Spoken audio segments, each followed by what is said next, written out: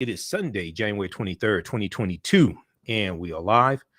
I'm your host, Brother Michael Imhotep. Calling numbers 313-778-7600. 313-778-7600 is the call-in number. If you have a question or comment, 313-778-7600.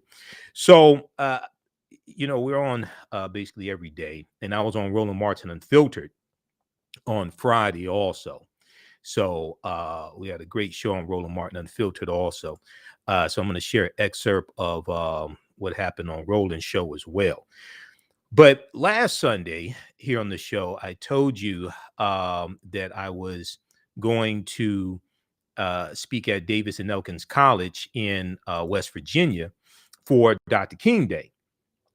And, those that follow me on social media, they saw my Facebook post of me at the airport, Detroit Metro Airport, because after I did last Sunday's show, I got off the air and I didn't go to bed. I finished working on my presentation, got off the air 11 p.m. Eastern Standard Time, finished working on my presentation, and I didn't go to bed. I was watching Eyes on the Prize, and I ended up, and I had to pack to leave for West Virginia. So I left for the airport at about 6:20 a.m., had a 9:15 a.m. flight, and with a connecting flight in Chicago. So the first flight from Detroit to Chicago was fine. And then the connecting flight from Chicago to Clarksburg, West Virginia, we're on the plane, on the tarmac in Chicago O'Hare Airport, waiting to take off. And we get the message from the flight attendant that the flight has been canceled because of the winter storms hitting the East Coast, and the airport in Clarksburg, West Virginia, can't clear off the runway for us to land. So they had to cancel the flight while I'm sitting there on the flight. So then we had to get off the flight, stand in line, get booked on another plane back to Detroit, where I just left from. Back to Detroit. So I get back home like at 6:30 p.m. and I'm supposed to do the presentation at 7 p.m. So I ended up doing the presentation virtually for them. So I'm gonna let you hear an excerpt of the presentation that I did for Davis and Elkins College. Name of that presentation is "The Distortion of Dr. King's Legacy," and we dealt with racial injustice, and we're coming to get our check. All right, so we'll talk about that. Let's see, it was late Friday night, early Saturday morning. We got the news about Regina King's son, Ian Alexander Jr. Regina King, we know her from 227 and Poetic Justice, and director of The Harder They Fall, different in number of movies. Regina King, her son Ian Alexander Jr., 26 years old, committed suicide.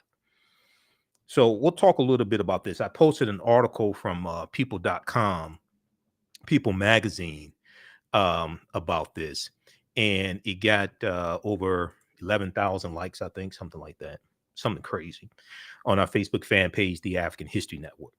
So we'll discuss that. And this also deals with suicide. Now, we don't know at this point what led up to it, things like this, but in the article I read from people.com, they had information about suicide prevention as well. So we'll talk a little bit about that. Then there was, we know this past week, January 20th was the 1-year anniversary of President Joe Biden and Vice President Kamala Harris being sworn into office. And different people had information out, different news outlets had information out dealing with the 1-year anniversary, what has been accomplished, what still needs to be accomplished, etc. We're going to do a breakdown of that. We talked about it some on Roland Martin Unfiltered, because we and there's been a lot that's been accomplished, everything from the $1.9 trillion American Rescue Plan to the $1.2 trillion infrastructure bill, executive orders dealing with racial equity, there's been a number of different things accomplished, attacking COVID-19, getting vaccinations, funding for schools for COVID-19. But there's still things that have to be accomplished as well. And there's still things that have to be accomplished that stalled in year one, like the George Floyd Justice and Policing Act, which I told you on this show what they should have done. But we'll talk about that as well. And I'm going to talk about some things that people forgot, that people don't mention, which I find very interesting. There's some things that were accomplished that very few people don't mention. Now, there was a piece from blavity.com that talked about this, and a lot of these things we deal with here on this show because that's the type of information we deal with, right? But did you know that HBCUs got $5.8 billion from the Biden-Harris administration? You know that? Historically Black colleges and universities got $5.8 billion, which is historic. HBCUs have never gotten that type of money. And this is at whitehouse.gov. Now, in the piece from blavity.com dealing with year one of the Biden-Harris administration, they talk about this. But there was $3.6 billion in the American Rescue Plan that went to HBCUs. That doesn't get talked about a lot. I don't know why it doesn't get talked about a lot. I'm still trying to figure that out. December 17th, 2021, the fact sheet on HBCUs at whitehouse.gov. Whitehouse.gov is like a really good resource. Because I hear people on social media talking, and I listen to what they're saying, and oftentimes what they're saying is not like consistent with facts and evidence. So I don't know where they're getting a lot of this misinformation from. But just very quickly, and I know we're coming up here on the break. We'll go to the phone lines when we come back from the break. But just very quickly here, how many people have read this? Fact sheet: Biden-Harris administration announces new actions to be. No, that's the wrong one. We'll talk about that. That's from June 1st, 2021. That's what the executive orders that President Biden talked about when he went to go visit Tulsa during the 100th commemoration of the Tulsa race massacre. Okay, and a few people are talking about this in their analysis of year number one. Okay, but the one that I want is not this one. We'll talk about this, but the one that I want is the one dealing with HBCUs, and this one here. I printed it up. I thought I had it bookmarked. Where is it here on HBCUs? Biden-Harris administration's historic investment in HBCUs. Let me see here. Pull this up, and it breaks down. It breaks down the allocation. Here we go. Now this is from. Okay, there's one from October 29th, 2021, but there's also one from December 17th, 2021 that gives an update on everything. All right, and that's the one I want. So we'll discuss that on the other side of the break as well. Okay, then I'm going to share a segment from Roland Martin Unfiltered, and this deals with the federal judges that Biden got confirmed also. And then we'll talk about some other topics as well. So there was this other story that we talked about that I posted on our fan page, The African History Network. There was another story that's gone viral, and this deals with a 3-year-old girl in Alabama who they're calling Afro Spider-Girl. Afro Spider-Girl, and I call her Afro Puff Spider-Girl. Have you seen the pictures? Now, the first person I saw post about this was actually just a picture. It was one of my Aset Noor, one of my Facebook friends for a long time. She posted a picture of this, and then I started seeing articles written about it as well. Okay, and this deals with natural hair. Loving natural hair also. I'm going to pull this picture up here. TheGriot.com has a good article dealing with this, and there's also a piece from channel CW39 out of Houston, Texas. They did a story on this as well. Okay. Afro Spider-Girl. And this picture and this story has gone viral. Let's see if we can pull this up here. Okay, so this is a still frame from CW39. So some of you all have seen these pictures. So it's about a 3-year-old girl named Rose. And for her birthday, she actually wanted to be Spider-Man and put on a Spider-Man costume. And what's unique about this picture is her mother made this happen. And you see her Afro puffs sticking out of the Spider-Man mask as well. Okay. So we're going to talk about this story also that went viral this week. Then there was a lot of people are talking about the what happened on the Senate floor Wednesday before the 2 voting rights bills were defeated. Okay. But Senator Cory Booker of New Jersey tore into the lies being told by Isaiah T. Montgomery Jr., also known as Senator Tim Scott of South Carolina. And they clashed. We talked about this earlier in the week on our Wednesday show, but they clashed over Jim Crow laws and voting rights. We're going to let you hear some of that exchange because Senator Cory Booker was breaking down the facts of voter suppression, Okay, we'll deal with this on the other side of the break. You listen to the African History Network show right here on 9:10 a.m. the Superstation, the Future Radio. I'm Michael Imhotep. We'll be back in a few minutes. All right, stand by. What the hell is this? All right, stand by.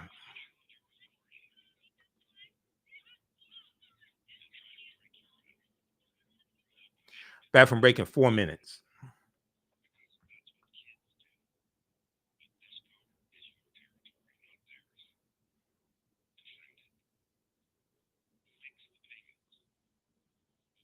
Back from break in 4 minutes. Stand by.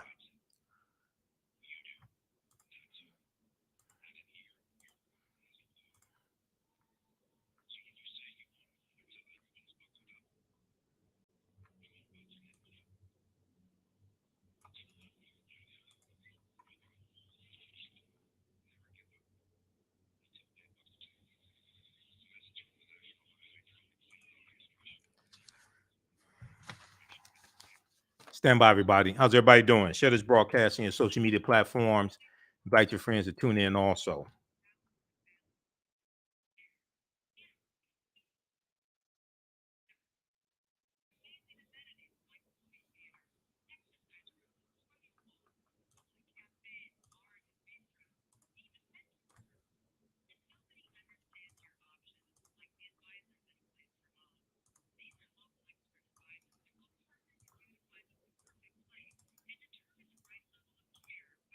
Okay, stand by. Back from break in 2 minutes.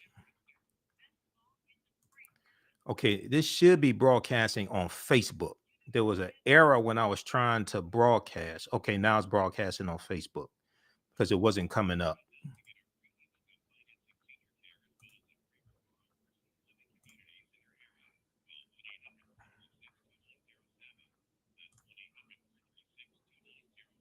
I hate it when it does that. Okay, this should be on our fan page.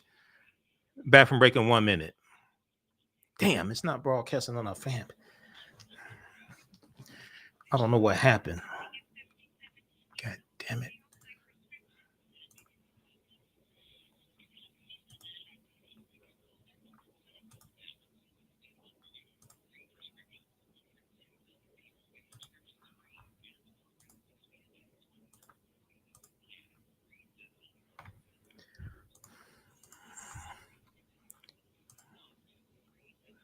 Stand by.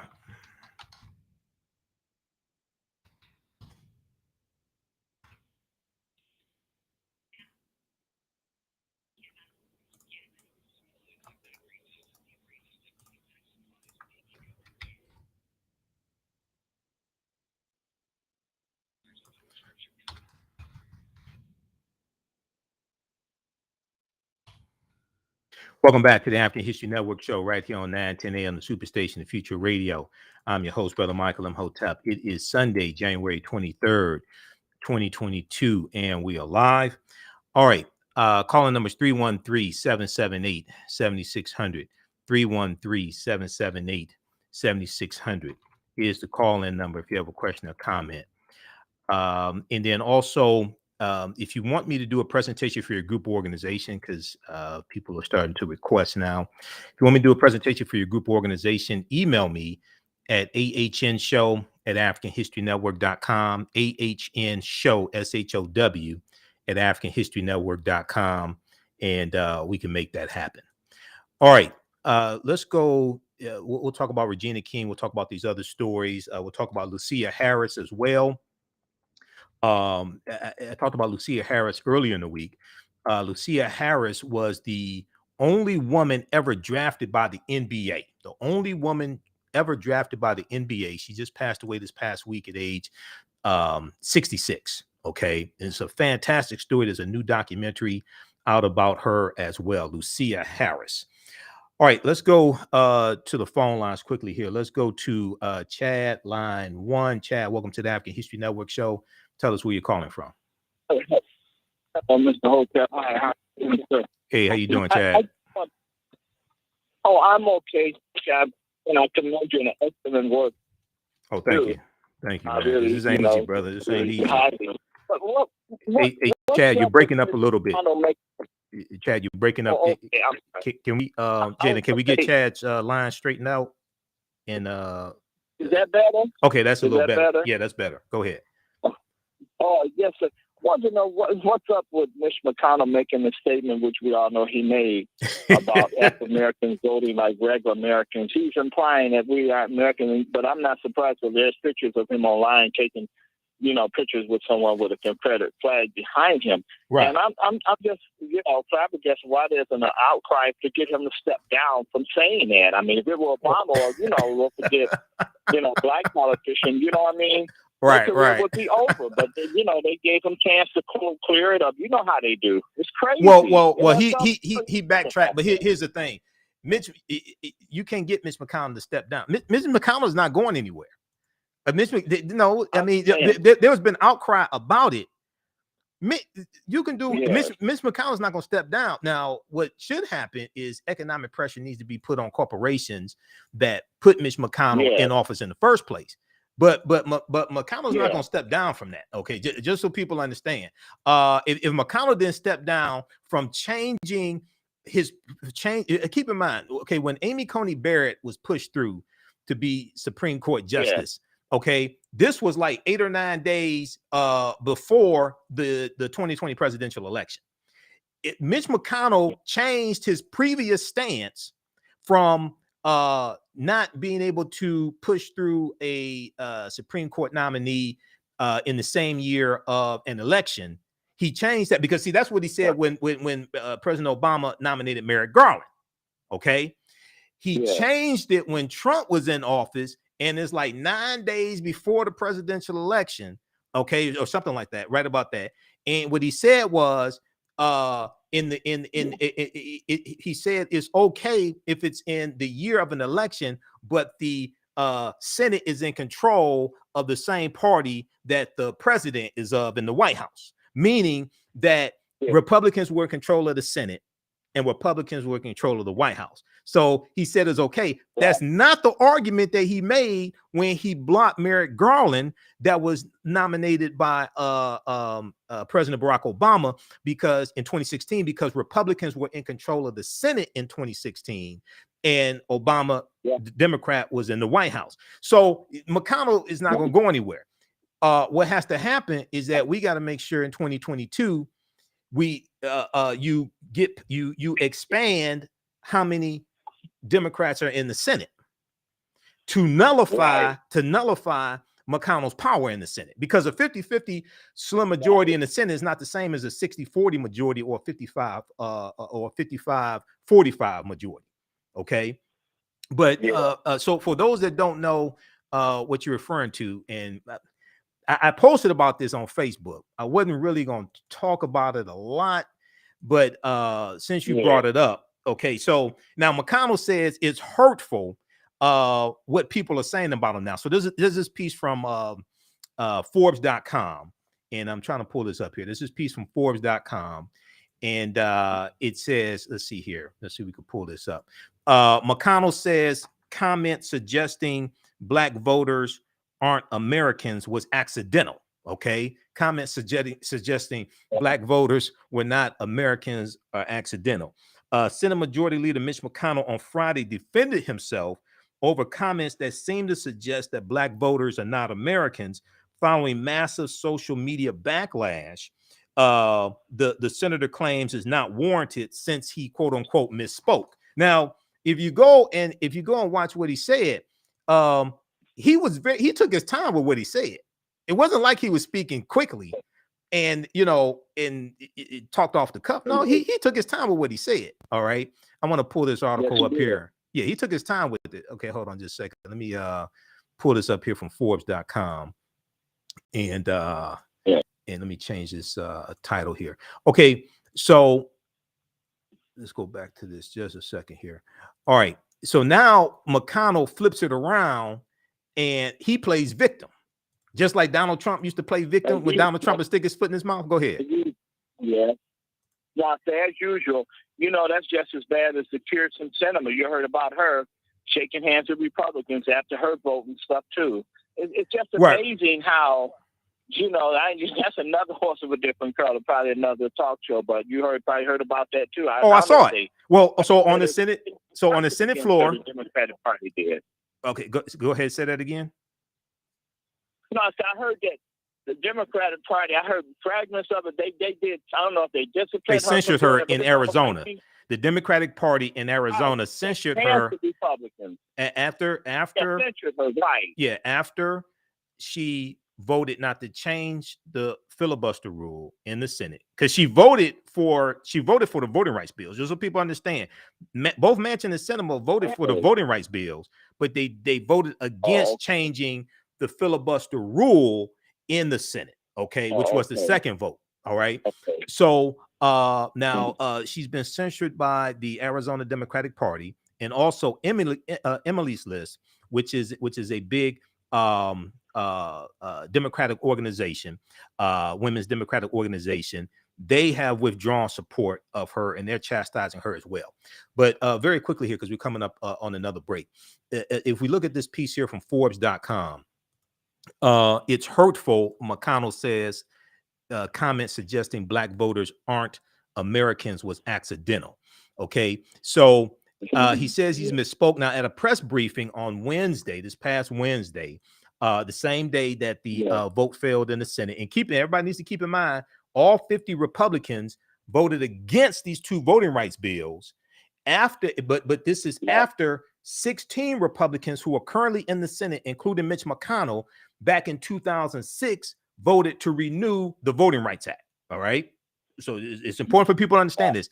So at a press briefing on Wednesday, McConnell responded to a question about his message to concerned voters of color as he worked to defeat a Democratic-backed voting rights bill by saying, quote, the concern is misplaced because if you look at the statistics, African-American voters are voting in just as high a percentage as Americans. All right. So that got him in the hot water.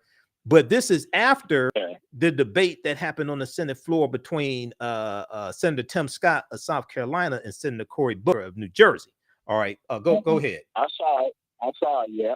I saw it. Yep. Okay. Now, so McConnell, and then I'm going to send this clip to you, Jalen. We'll play this on the other side of the break.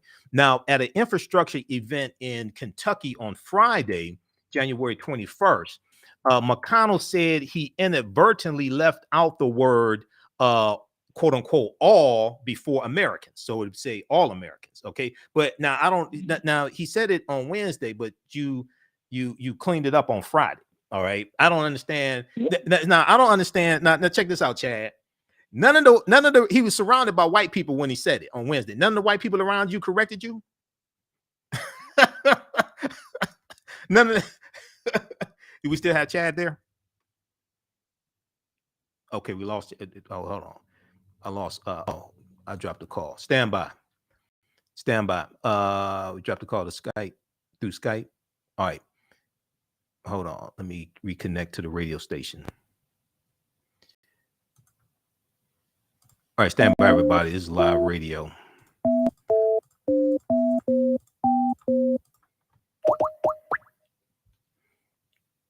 Oh, damn. Come on. All right, stand by. I got to call. I'm calling back to the radio station.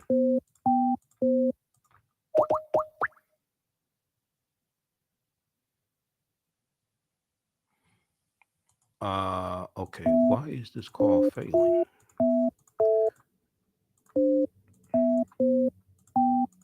Stand by. I'm trying to reconnect to the radio station. All right, here we go. Yeah, Jalen, I dropped the call. Yeah, I lost you. Yeah, Skype just went out on me. All right, I'm back. Okay. All right. So I went to break, okay? So all right. Back. Yeah. Okay. Okay. Stand by. For $500, but they must air with the. All right, stand by, everybody. We're on commercial break. Dropped the call with Skype. How's everybody doing? Sherwin, WUDT, Detroit Daystar Deaf Church. Okay, how you doing? Henry, should I go to the Facebook page? If you're able to watch on YouTube, you can follow me on Facebook also, but if you're able to watch on YouTube, you should be good. Okay, Chad is still holding. Okay, stand by, everybody. Let me, I need to send this over to Jalen so he can play this clip.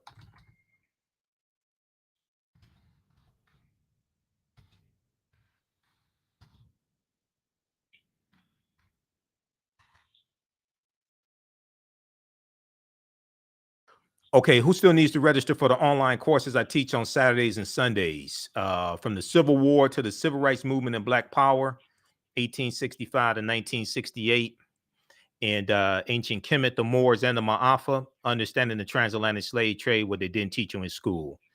I'll be teaching both classes coming up this weekend. What is that? January 29th and January 30th. Okay. 12 noon to 2 p.m. is the standard time. We have a bundle pack right now. You can register for both classes for only $70, and it's gonna expire after that because the classes are regularly $130 each. Stand by. I'll post a link here. As soon as you register, you can start watching the content. You can join us in class this coming weekend. All right, let's see here.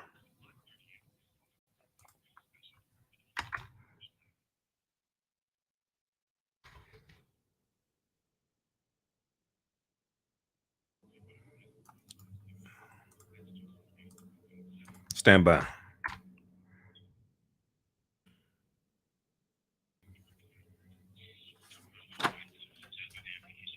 We deal with current events in history and politics, education, economic empowerment, entrepreneurship, relationships, love, sex, health issues, and much, much more. Unfortunately, many people confuse what racism is. Racism is a power structure. It was laws and policies that put us in this predicament. It's going to be laws and policies that take us out. So when you control the radius of a man or woman's thoughts, you can control the compass of his or her actions because the mind can't do or teach what it doesn't know. We have it on 910 AM Superstation.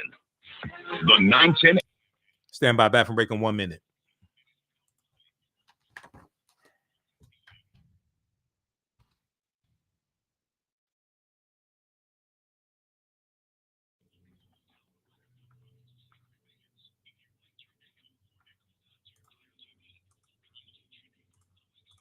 All right, if you like this type of information, you can support the African History Network, $ TheAHNShow through Cash App,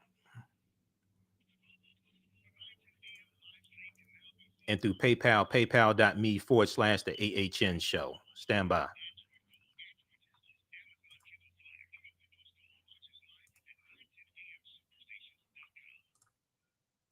Welcome back to the African History Network show right here on 910 AM Superstation Future Radio. I'm your host, Brother Michael Imhotep. It is Sunday, January 23rd, 2022, when we were live. We reconnected to the radio station. We were talking to Chad, and Skype dropped on me. So we're going to go back to Chad here in just a second. Hey, Jalen, I sent you the clip from, I sent you the article from Forbes.com. It has the video in there of Mitch McConnell's statement. So if you can cue that up, we're going to go to that. Also, be sure to register for the online classes I teach on Saturdays and Sundays dealing with history. On Saturdays, it's from the Civil War to the Civil Rights Movement and Black Power, 1865 to 1968. And that's 12 noon to 2 p.m. Eastern Standard Time. On Saturdays and Sundays, it's Ancient Kemet, the Moors, and the Ma'afa, understanding the transatlantic slave trade, what they didn't teach you in school. Kemet's one of the original names for Egypt. Ancient Kemet, the Moors, and the Ma'afa, understanding the transatlantic slave trade, what they didn't teach you in school. So next classes are Saturday, January 30th, and Saturday, January 29th, and Sunday, January 30th. And we'll update the website as well. The classes are regularly $130. They're on sale. We have a bundle pack right now. They're on sale only $70 for a very limited time only, because that's going to expire in a few days. So visit our website, AfricanHistoryNetwork.com. All right, Chad, I dropped a call. It wasn't you. I dropped a call through Skype, and I was talking to you. Go ahead and finish your point, Chad. We were talking about Mitch McConnell and saying that African-American voters vote at the same rate as Americans. Go ahead, Chad. Yes, sir. And then I see one time it was a picture of him with the civil rights leaders back during the day from the past or whatnot. But I mean, I'm not judging a man's heart. I don't know him personally, but at the end of the day, the Bible says a tree is known by the fruit that it bears, and stuff. And as we all know fully well that, these things that's going on, we know that physically can't happen, of course, but how that saying goes, I would make people turn over in their grave. I know Dr. King, Medgar Evers, as well as other civil rights leaders would be disgusted. I'm just saying it's for the symbolicness of bringing shame for their struggles. Right. That they've done, and for us to come down to this, our voting rights being challenged, I mean, so again, right. Like I said, I just thought to get my view on it and see what your take on. I'm not getting away from Miss Regina King from losing her son. Oh no, we're gonna talk about a number of different topics, so that's fine. It was sad. But speaking of, bring this up, speaking of Dr. King, you do know that Mitch McConnell posted about Dr. King on Dr. King Day, right? We talked about it. Oh, we talked about it. Wow. He posted. Okay, so you can't make it up. So here's a couple things. Here's some people need to know about Mitch McConnell, right? So read this article here from NBCnews.com. Senator Mitch McConnell's great-great-grandfathers owned 14 slaves, bringing reparations issue close to home. Because Mitch McConnell's against reparations, but his great-great-grandfathers on both sides of his family owned collectively at least 14 slaves, and from the data, only 2 of them were males. The other 12 were females. I don't know what that was about. McConnell has opposed paying reparations to descendants of slaves or descendants of former slaves, because the slaves were freed. Those census records show his family, like many others, benefited from their labor. Okay, so okay, all right. Thanks, Chad. Thanks for calling. Okay. Thank you, sir. Thank you. All right, no problem. All right, so Jalen, let's go to this clip here from Mitch McConnell on Wednesday, putting his foot in his mouth once again. What's your message for voters of color who are concerned that without the John L. Lewis Voting Rights Act, they're not going to be able to vote in the midterm? Well, the concern is misplaced. If you look at the statistics, African-American voters are voting in just as high a percentage as Americans. 94% of Americans thought it was easy to vote. This is not a problem. Okay, so that was on Wednesday. So then on Friday, now this article came out from Forbes, and this article is from January 21st, 2022. This is from Friday, January 21st. So McConnell cleaned it up. Now, as I was saying, and we dropped the call, so I was talking to myself. I don't think people on 910 AM heard me say it, but people on social media did. McConnell had white men standing around him when he made that statement. None of them corrected him on what he said, because you see, McConnell wasn't rushing in his statement. He took his time with it. None of the white men around him said, you meant to say all Americans. None of them, corrected him. So on Friday, what happened was on at an infrastructure event in Kentucky on Friday. McConnell said he inadvertently left out the word all in his statement, calling criticism of him on social media, quote unquote, offensive and total nonsense. All right. Now, despite McConnell's office quickly saying the senator misspoke, a social media firestorm erupted with the NAACP and numerous Twitter users questioning what McConnell meant by the comments. Now, this tweet here from the NAACP, to the official national chapter of the NAACP, Leader McConnell will wait, and they have a pair of eyes, will wait. NAACP, Senator McConnell, what is the difference between African Americans and Americans? Yours truly, Americans, assigned. Newsweek has a post here on Twitter.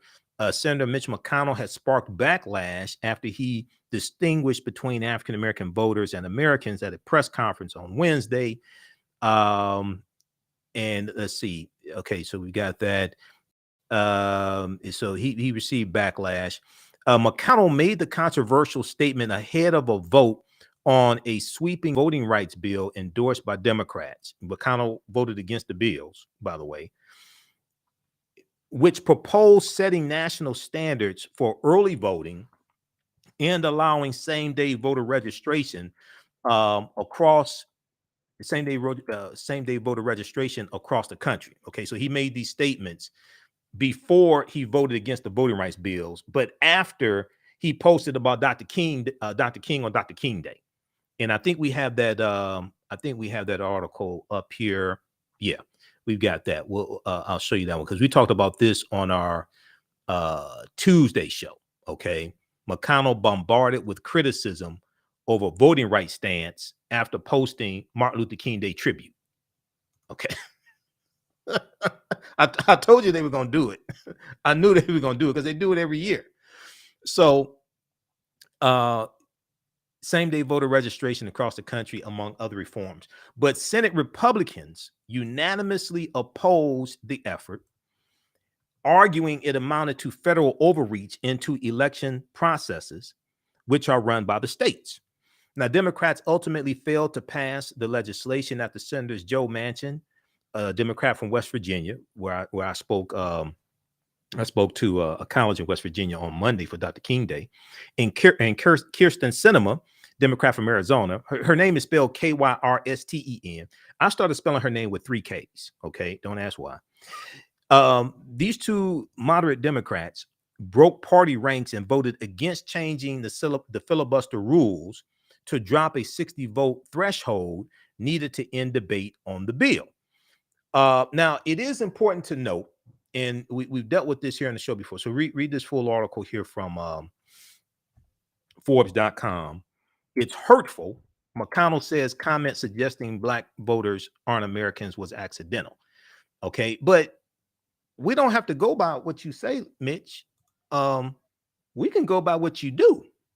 Now, Mitch McConnell on Monday, Dr. King Day, out of the kindness of his heart, he posted about Dr. King on Monday, but then worked to dismantle Dr. King's legacy on Wednesday. Now, this is from the Independent, independent.co.uk. McConnell bombarded with criticism over voting rights stance after posting Martin Luther King Day tribute. McConnell bombarded with criticism over voting rights stance after posting Martin Luther King Day tribute. Martin Luther King would be rolling over in his grave at McConnell's hypocrisy. So Mitch McConnell has been branded a hypocrite for posting a tribute to Dr. King while leading Republican efforts to obstruct new voting rights legislation. Let me see here. Let's go get past this.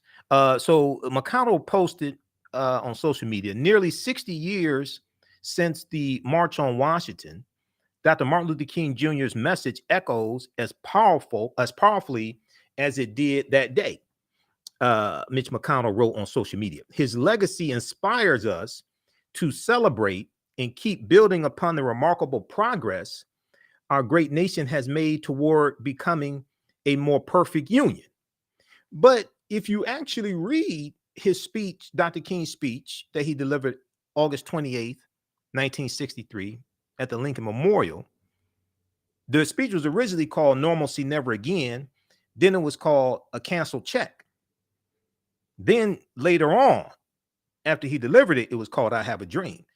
But Dr. King talks about dismantling white supremacy and racism and calling America out on its hypocrisy. And he talks about holding America accountable for a promissory note that we were given 100 years prior in the Emancipation Proclamation, 1863. He talks about holding America accountable to the words in the Declaration of Independence and the U.S. Constitution.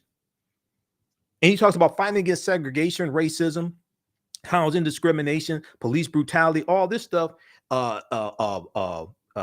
poll taxes, literacy tests, voting against discrimination when it comes to voting. He deals with all this in the speech. So how is it that you praise Dr. King on Monday, but you vote against Dr. King's legacy on Wednesday? And one of the bills you voted against is the John Lewis Voting Rights Readvancement Act. And John Lewis was there at the March on Washington the same day that Dr. King was, and John Lewis spoke as well. And John Lewis worked with Dr. King. How is it you praise Dr. King on Monday, but continue to work to dismantle his legacy on Wednesday? We'll deal with this on the other side of the break. We'll talk about these other topics. Regina King's 26-year-old son, Ian Alexander Jr., tragically committed suicide. We'll talk about Nikole Hannah-Jones called out of the 1619 Project. We dealt with this on our Tuesday show. Nikole Hannah-Jones was asked to speak for a group on Dr. King Day. Some of the people there, it was a small group, felt that her presence would dishonor Dr. King's legacy. She gave them a verbal beatdown using Dr. King's own words. We'll deal with this on the other side of the break. Listen to the African History Network show. I'm Michael Imhotep. We'll be back in a few minutes.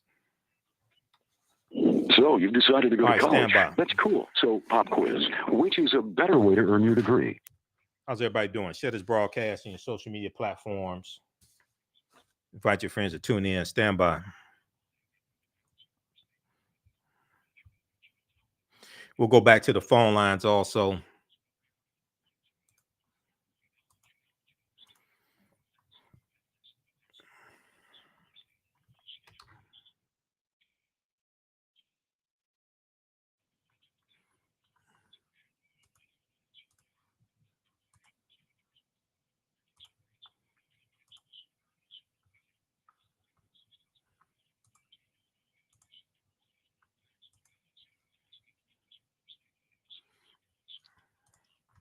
Where's the one?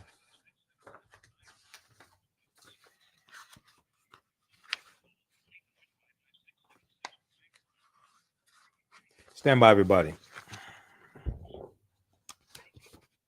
Back from break in 3 minutes.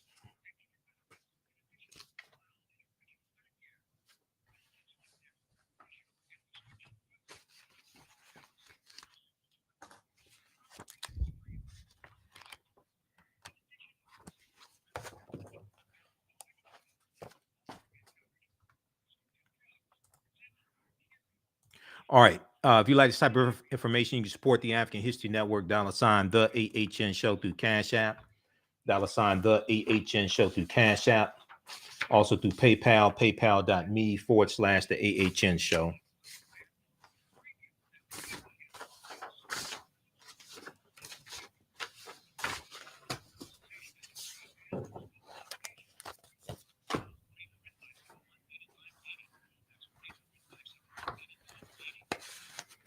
Stand by. Okay, calling numbers 313-778-7600. 313-778-7600 is the calling number if you have a question or comment.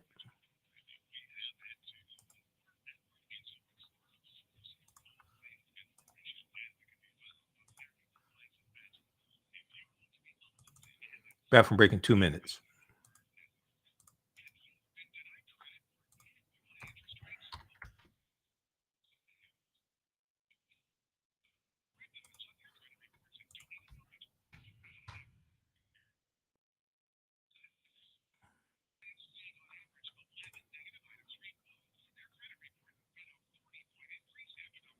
Where is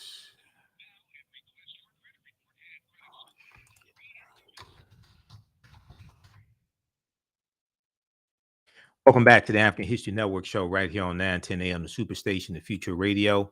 I'm your host, Brother Michael Imhotep. It is Sunday, January 23rd, 2022, and we are live. Okay, we'll go back to the phone lines here in just a minute. Calling numbers 313-778-7600, 313-778-7600 is the call-in number if you have a question or comment. If you want me to do a presentation for your group or organization, email me at AHNshow@AfricanHistoryNetwork.com, AHNshow@AfricanHistoryNetwork.com. African American History Month is quickly approaching, and I'm getting requests to speak. So email if you want me to do an in-person presentation, virtual presentation, panel discussion, what have you. Email me at AHNshow, SHOW, @AfricanHistoryNetwork.com, and we'll work out the details and we'll make it happen. Also, be sure to register for the online classes I teach on Saturdays and Sundays, from the Civil War to the Civil Rights Movement and Black Power, 1865 to 1968, in ancient Kemet, the Moors, and the Ma'afa, understanding the transatlantic slave trade, what they didn't teach you in school. We have it right on the homepage of our website, AfricanHistoryNetwork.com, AfricanHistoryNetwork.com. Also, my 15 DVD bundle pack, the Michael Imhotep Black History Month 15 DVD bundle pack, is available at our website, also AfricanHistoryNetwork.com. Okay, I want to go to this story here. This is dealing with Regina King's son, Ian Alexander Jr. And it's a tragic story. We'll go to the phone lines after this, so stand by. I saw this story. It was late Friday night, early Saturday morning, and we posted this on our fan page, the African History Network, and it's gotten over 11,000 likes. It's a good article from people.com, People Magazine. Regina King's son, Ian Alexander Jr., dies by suicide. He, quote, cared so deeply. He was her only child, and this is a child she had with her ex-husband, record producer Ian Alexander Sr. Here's a picture of Regina King. We all remember, I just finished watching all the episodes of 227. It's on Amazon Prime. We remember her from Poetic Justice, 227, a number of different movies and TV shows, and the TV show 227 as well. Regina King's son, Ian Alexander Jr., has died by suicide. People Magazine confirms his 26th birthday was this past Wednesday. Okay, this past Wednesday. Now, Regina King put out a statement. Our family is devastated at the deepest level by the loss of Ian. Regina King says in a statement sent to People Magazine. He quote, he is such a bright light who cared so deeply about the happiness of others. Our family asks for respectful consideration for this during this private time. Our family asks for respectful consideration during this private time. Thank you. Now, he was Regina King's only child, whom she shared with her ex-husband, record producer Ian Alexander Sr. Following in his father's footsteps, Ian Jr. was a DJ. Regina King previously told People Magazine that he was, quote, an amazing young man, end quote, an amazing young man. Now, despite her growing success as an actor and director, Regina King said at the time that Ian Alexander Jr. was her biggest source of pride,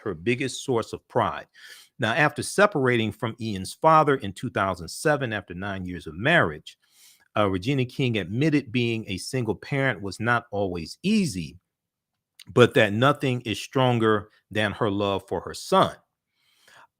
She said, quote, you don't know what unconditional love is.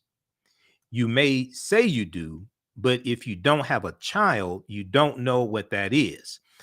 She explained at the time. She went on to say, when you experience it, it's the most fulfilling thing ever. When you experience it, it's the most fulfilling thing ever. Now, and there was a tribute on social media that Ian did for his mother's 50th birthday also. and he said he's so extremely proud. I'm so extremely proud of you and inspired by your love, artistry, and gangster.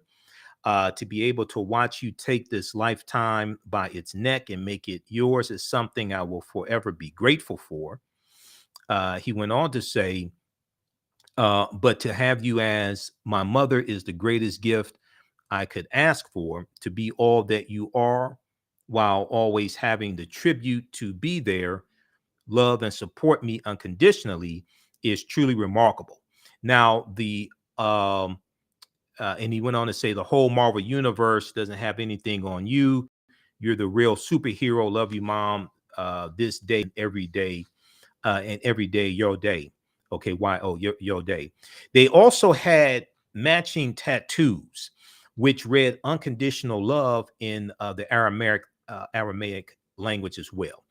His tattoo was on his shoulder and hers on her arm also. Regina King talked about this in 2017 when she was on the TV show The View. She said that they were taking Kabbalah classes, and she said that her son said, "Let's choose three designs each, and not tell each other which ones they are. And whichever one is matching, that's the one we're going to get tattooed." And they both chose unconditional love. So read the rest of this article here from people.com. Now, at the end of the article, they have information regarding the suicide hotline, National Suicide Prevention Lifeline, 1-800-273-8255, 1-800-273-TALK, 1-800-273-8255. If you or someone you know is considering suicide, please contact the National Suicide Prevention Line. You can also text the word strength, STRENGTH, strength, to the crisis text line at 741-741, or go to suicidepreventionlifeline.org, suicidepreventionlifeline.org. All right. So once again, name of this article here from people.com is a tragic story. Once again, Regina King's son, Ian Alexander Jr., dies by suicide. This is from people.com. BlackAmericaWeb.com also has a good piece on this as well, blackamericaweb.com. So check that out also. All right, we're coming up here on the break. When we come back from the break, we'll go back to the phone lines, and we'll also get into these other stories. I'm going to let you hear an excerpt of the presentation that I did for Davidson Elkins College in West Virginia, Joe Manchin's state. Okay. I did a virtual presentation for them because my connecting flight from Chicago to West Virginia was canceled while I was on the plane on the tarmac waiting to take off. And people learned a lot from the presentation as well. It was a majority white audience. College is about 450 people. It was the Black Student Union that invited me to speak, and Sister Lori Gao, who's an adjunct professor there. So we'll talk about this and more on the other side of the break. Listen to the African History Network show. I'm Michael Imhotep. We'll be back in a few minutes. All right, stand by. Okay. Share this broadcast on your social media platforms. Invite your friends to tune in also. And we're broadcasting on our Facebook fan page, The African History Network, and my YouTube channel, Michael Imhotep, IMHOTEP as well. Stand by. I have to get ready for this next segment. Who still needs to register for the online history classes I teach on Saturdays and Sundays?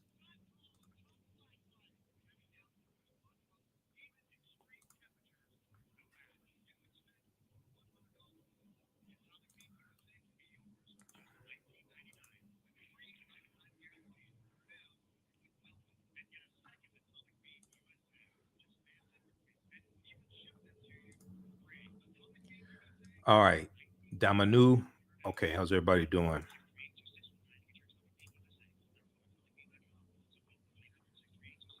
Okay, stand by. Back from break in 3 minutes.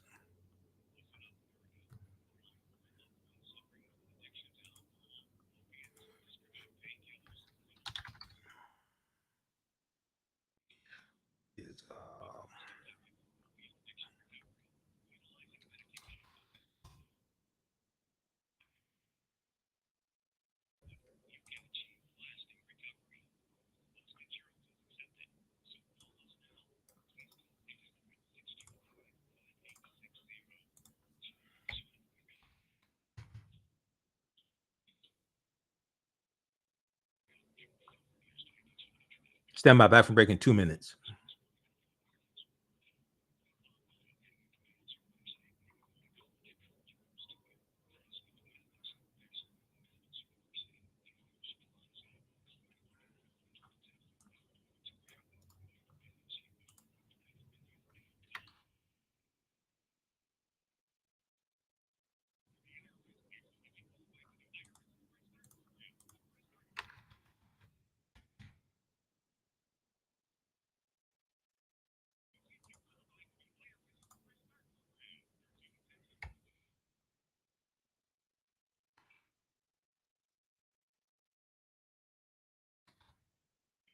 Back from break in 1 minute.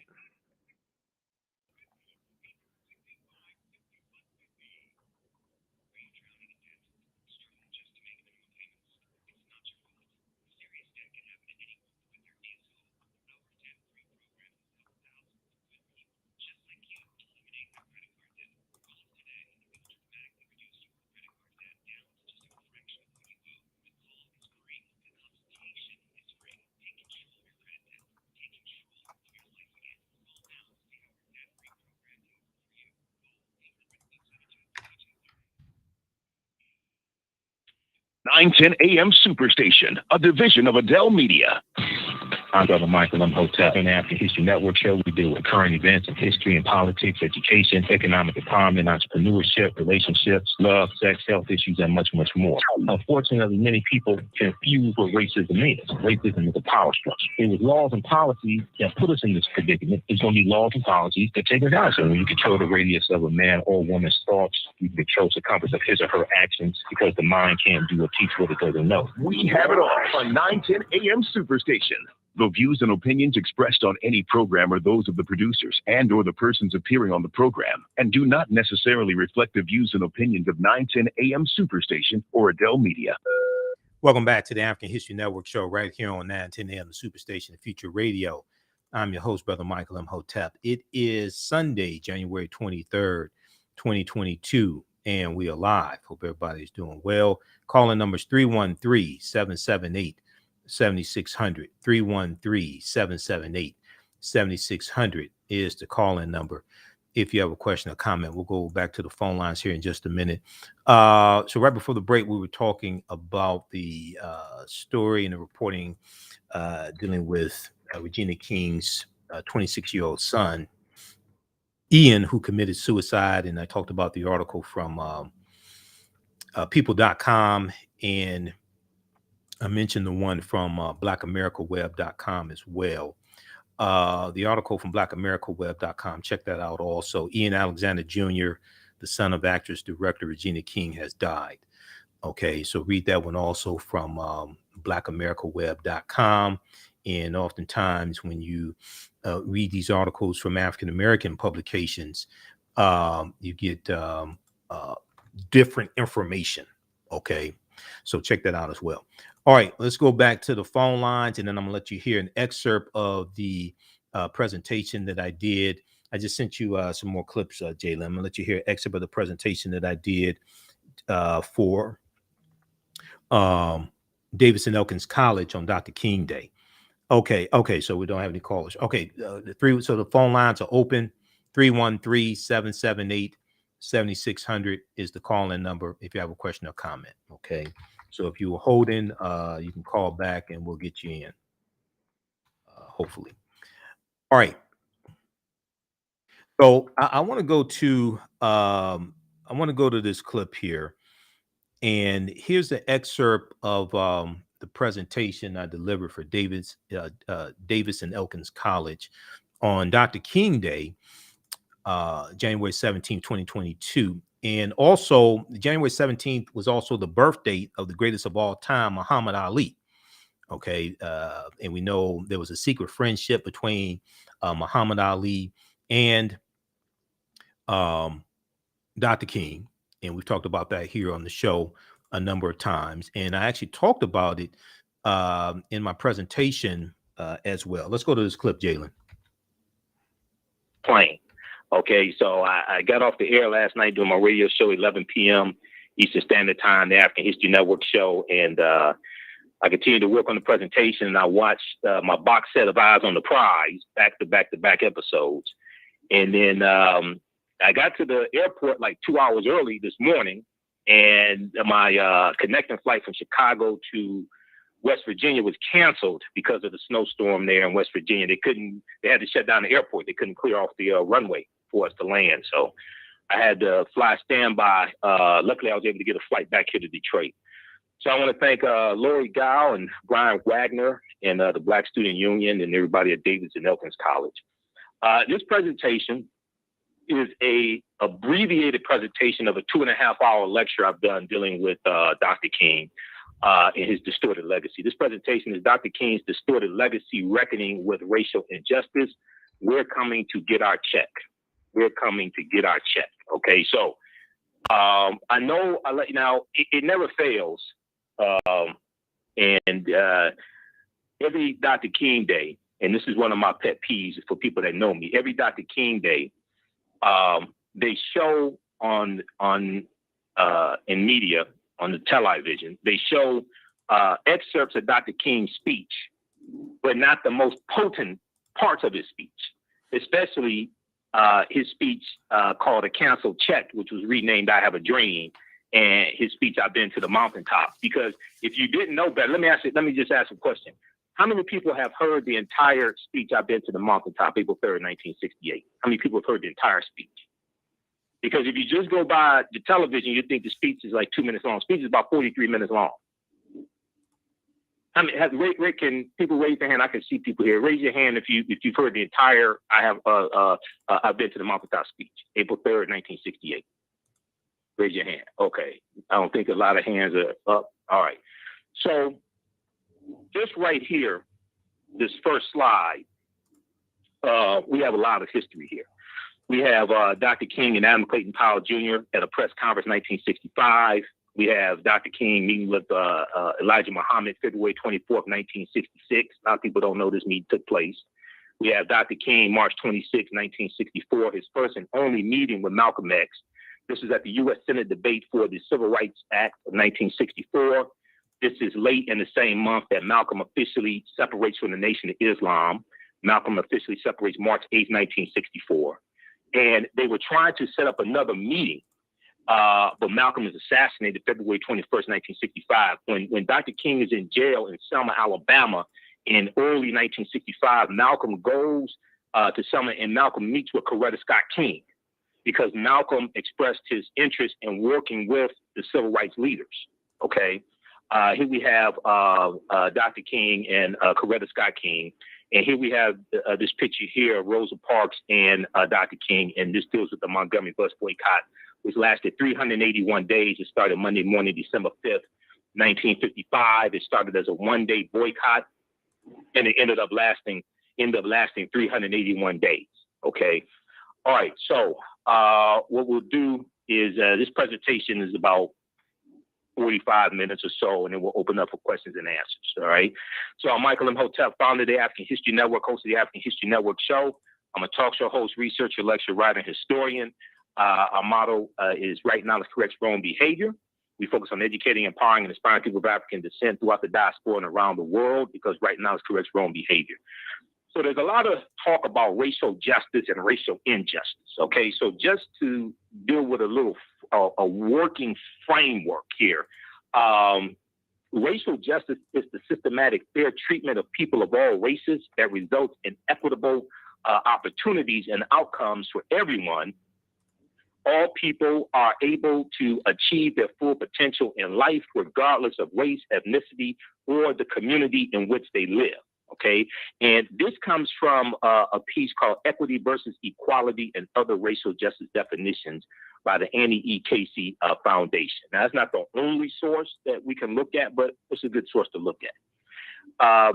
Very briefly, if you look at equity versus equality, Equity involves trying to understand and give people what they need to enjoy full, healthy lives. Equality, in contrast, aims to ensure that everyone gets the same things in order to enjoy full, healthy lives.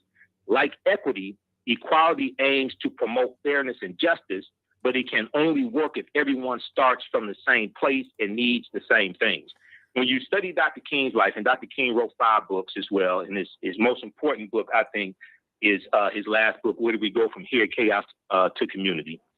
Dr. King was focused on eradicating racism, systemic racism.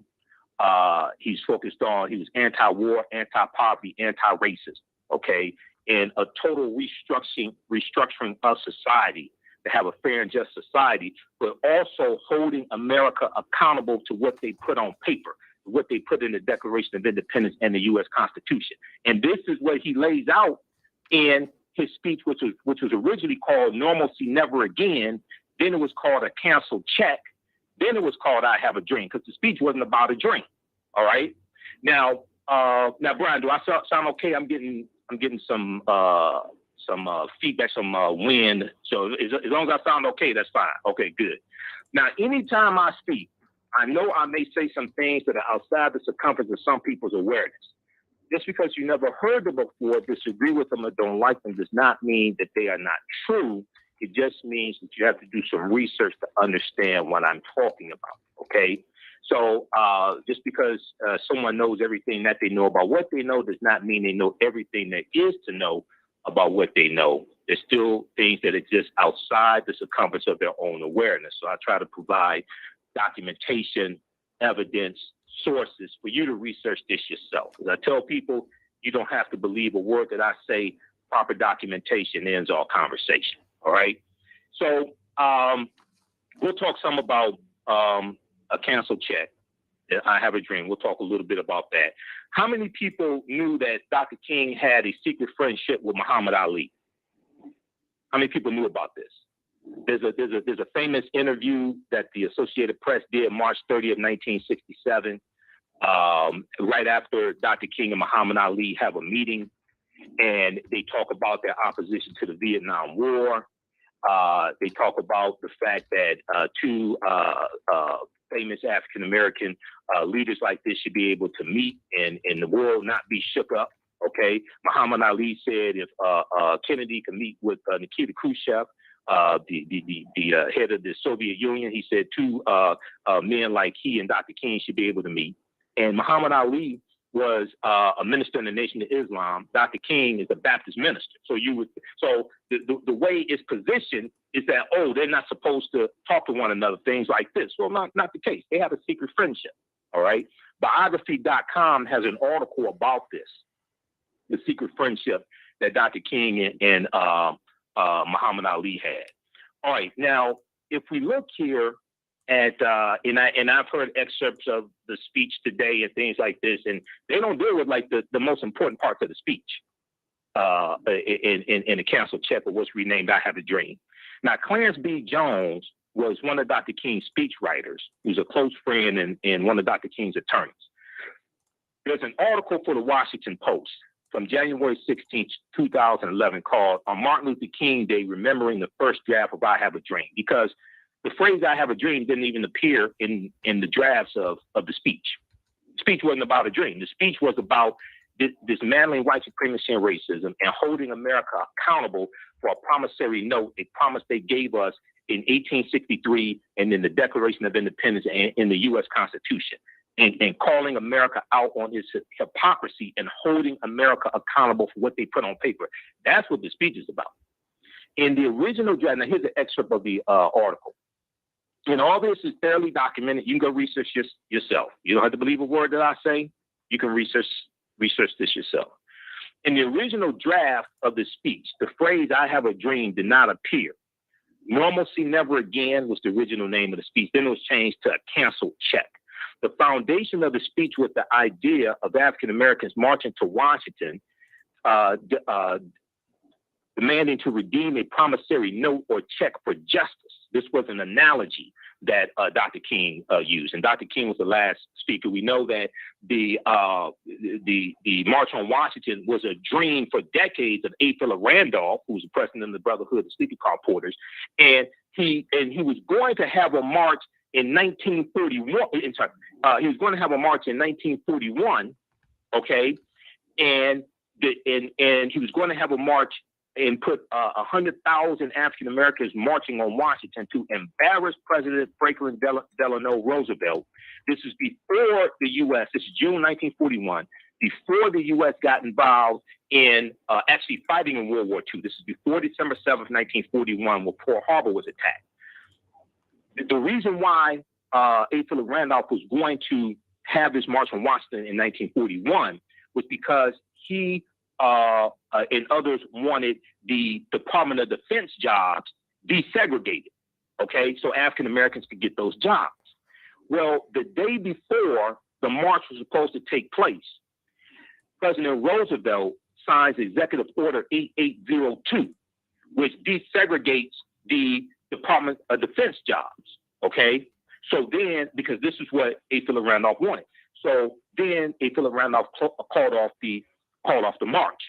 It is going to take place again. They have this idea again in 1957 to have this march on Washington for jobs. A. Philip Randolph wanted, and Dr. King wanted to march on Washington for justice. So all right, we're going to pause it right there. Hey, Jalen. Hey, man, we got to get that Imhotep guy on the show next Sunday, man. I like that guy. All right, that's an excerpt of the presentation I delivered. I had to do it virtually because of the snowstorm hitting the East Coast. I did that on Monday, January 17, 2022 for Davis and Elkins College in West Virginia. That deals with Dr. King's distorted legacy and racial justice. We're coming to get our check. Visit our website, AfricanHistoryNetwork.com, AfricanHistoryNetwork.com, because the full 2.5-hour lecture that I've done dealing with Dr. King and the revolutionary Dr. King is available at our website right now. It's on DVD and digital download format. The distortion of the legacy of Dr. Martin Luther King Jr., the revolutionary, will not be televised on the TEL-LIE-VISION.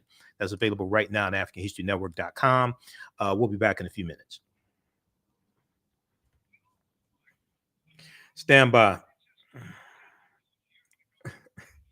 All right, stand by, everybody. Share this broadcast on your social media platform.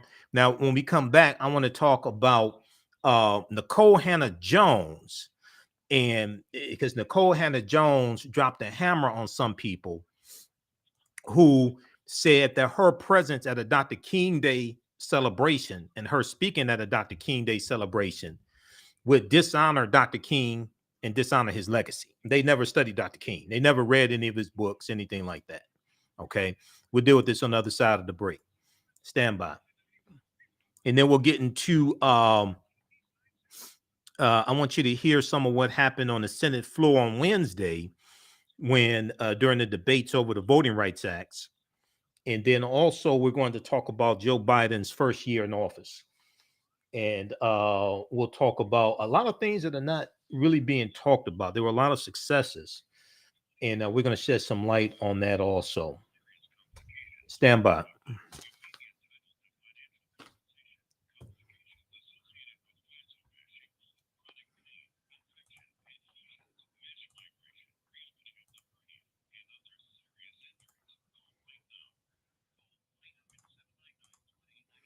Okay, so we got to do the Cory Booker segment.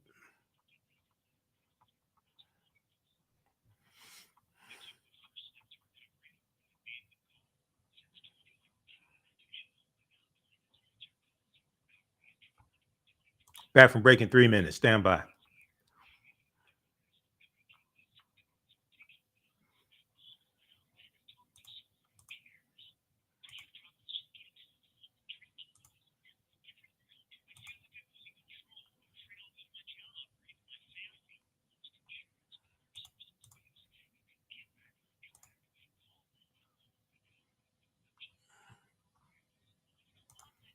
What is, okay, this right here.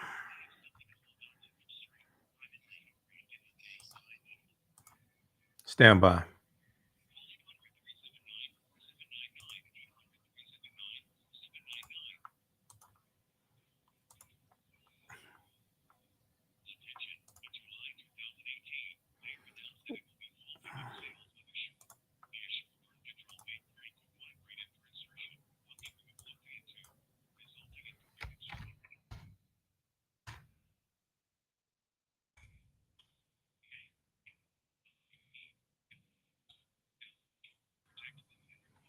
221.46.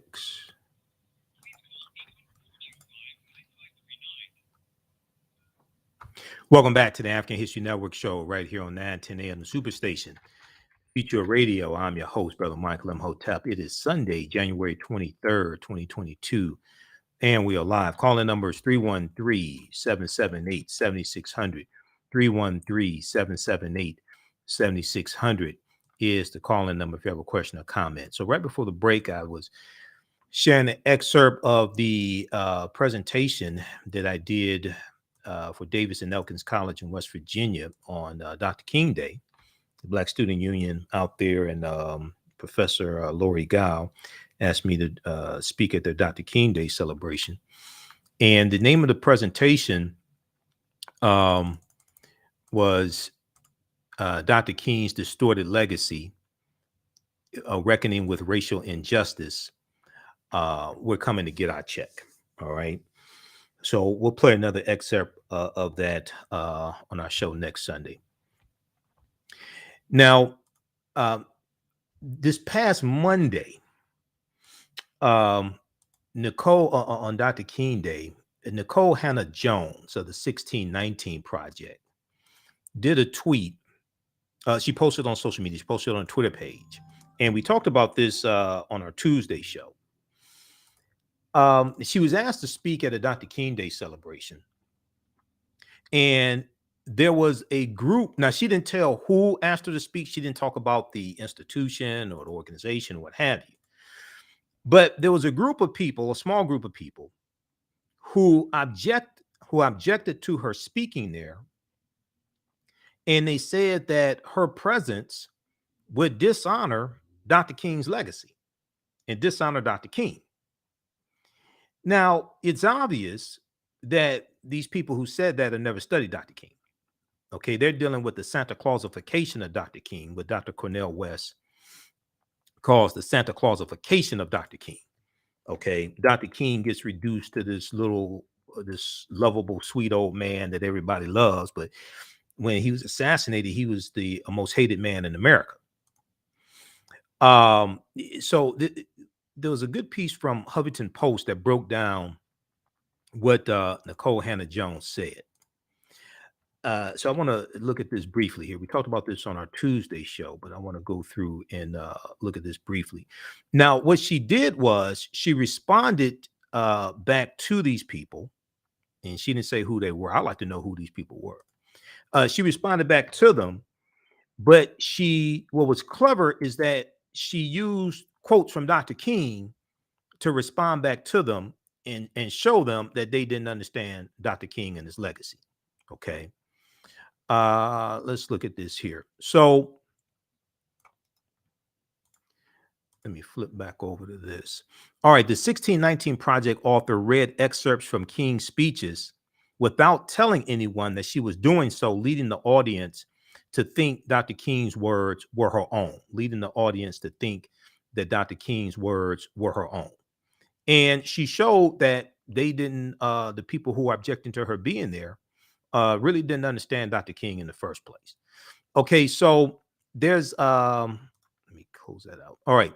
So on Twitter, she said, I was invited to give an MLK speech today, and a small number of members of the group hosting me wrote and then leaked emails opposing my giving the speech as it dishonored Dr. King for me to do so. They called me a discredited activist, unworthy of such association with Dr. King, a discredited activist, unworthy of such association with Dr. King. Now, she's a Pulitzer Prize winning journalist. One, Dr. King was the most hated man in America, and he was also a socialist.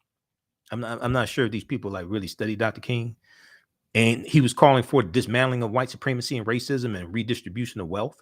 So here's what she says. She says, so I scrapped my original speech and spent the entire first half of it reading excerpts of a bunch of Dr. King's speeches, which these people have never heard before, but without telling anyone that I was doing so.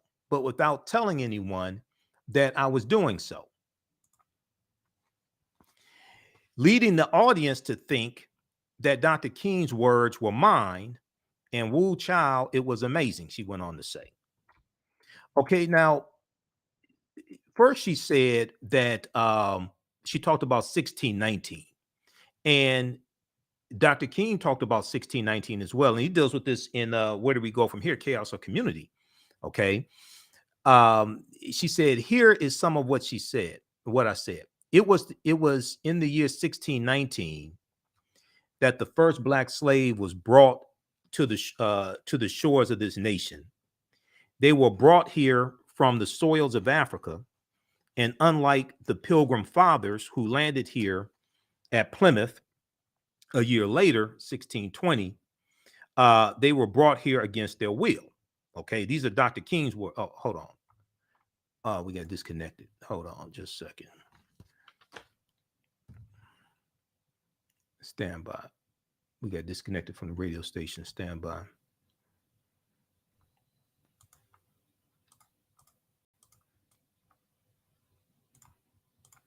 Let me call the radio station back.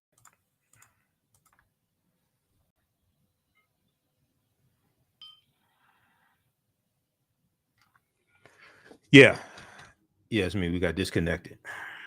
All right. All right. All right. We're back. We got disconnected. Okay. So back to this piece here dealing with Nikole Hannah-Jones, who was asked to speak at a Dr. King Day event. And she said that a few of the people objected to her speaking and said that her presence would dishonor Dr. King. And they labeled her a discredited activist unworthy of such association with Dr. King. Now, she is a Pulitzer Prize winning journalist. All right. Obviously, these people objecting never studied Dr. King. So what she did is she responded to them for the first half of her speech, quoting passages from various speeches from Dr. King. And they didn't even realize that she was quoting Dr. King. She said, here's some of what I said. It was in the year 1619. Now, these are Dr. King's words, and Dr. King talks about slavery, 1619, things like this, and where do we go from here, chaos or community. It was in the year 1619 that the first black slave was brought to the shores of this nation. They were brought here from the soils of Africa. And unlike the Pilgrim Fathers who landed here at Plymouth in a year later, 1620, they were brought here against their will. Now, we know the original Americans were Africans. We've read the first Americans were Africans, documented evidence by Dr. David Imhotep. He's a friend of mine. We've had him here on the show probably about 13 times. So we understand his history, okay? But she's quoting Dr. King. Wherever she said, wherever you see the word black in caps, it's because I substituted out Negro to not give away the fact that she's quoting Dr. King. So she went on to quote Dr. King.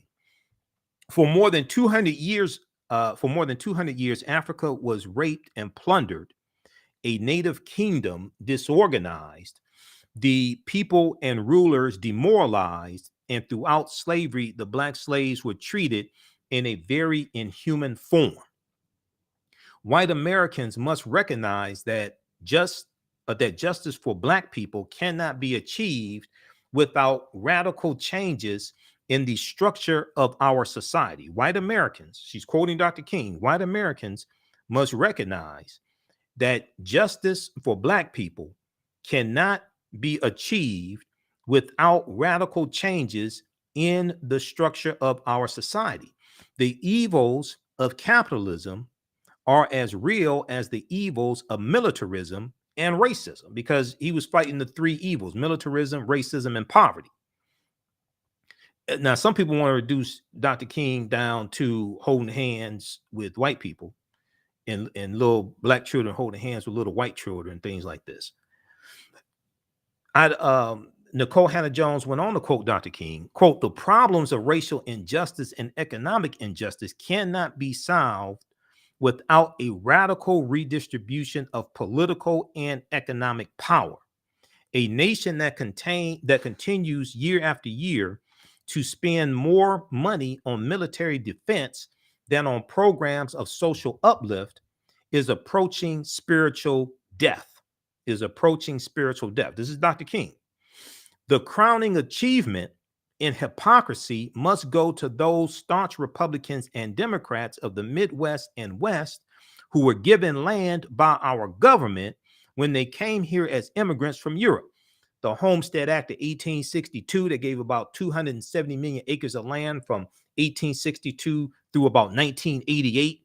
And African Americans are largely locked out of that massive land giveaway. The Southern Homestead Act of 1866 that gave away about 45 million acres of land in 5 states. Were largely locked out of that.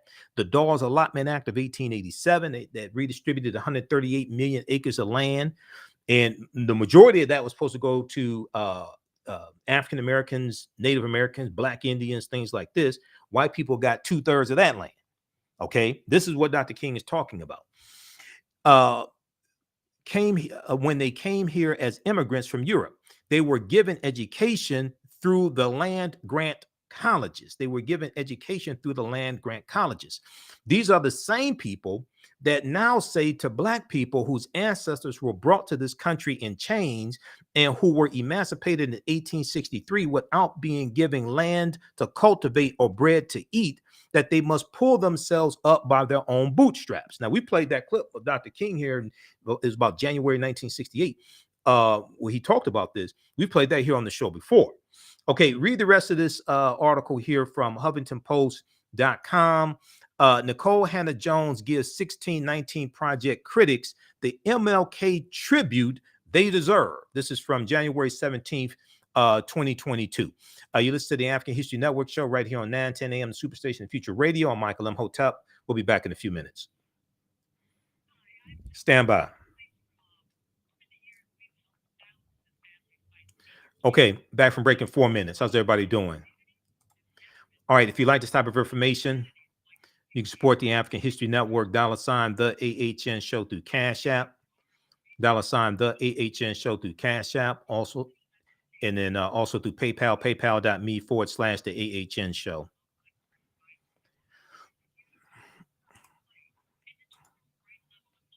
Read the article that I wrote as well. Why did Dr. King tell us to redistribute the pain? Understanding the power of economic withdrawal. We have this at our website, AfricanHistoryNetwork.com, right on the homepage. Click on listen to, read articles by Michael Imhotep. Okay, who still needs to register for the online courses I teach on Saturdays and Sundays?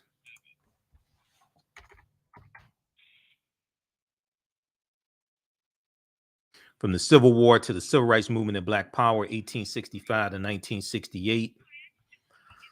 Okay, Dizzle Wizzle and Ruby. Okay, how you doing, Ruby?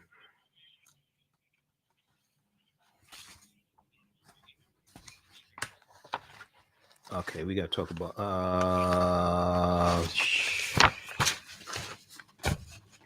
we're gonna run out of time for this. Some of this stuff's gonna have to wait till Monday.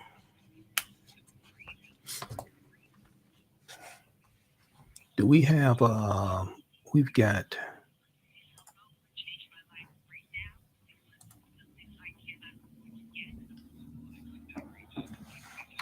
stand by. We've got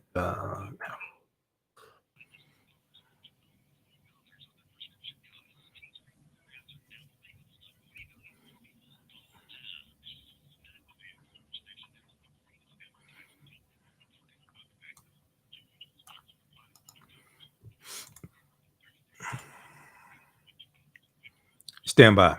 Did I send them that?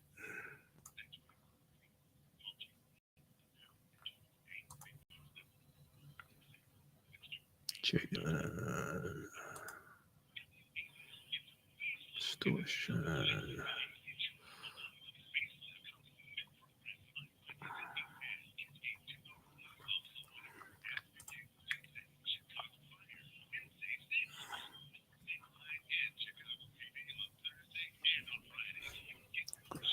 Okay, stand by. Back from break in 1 minute.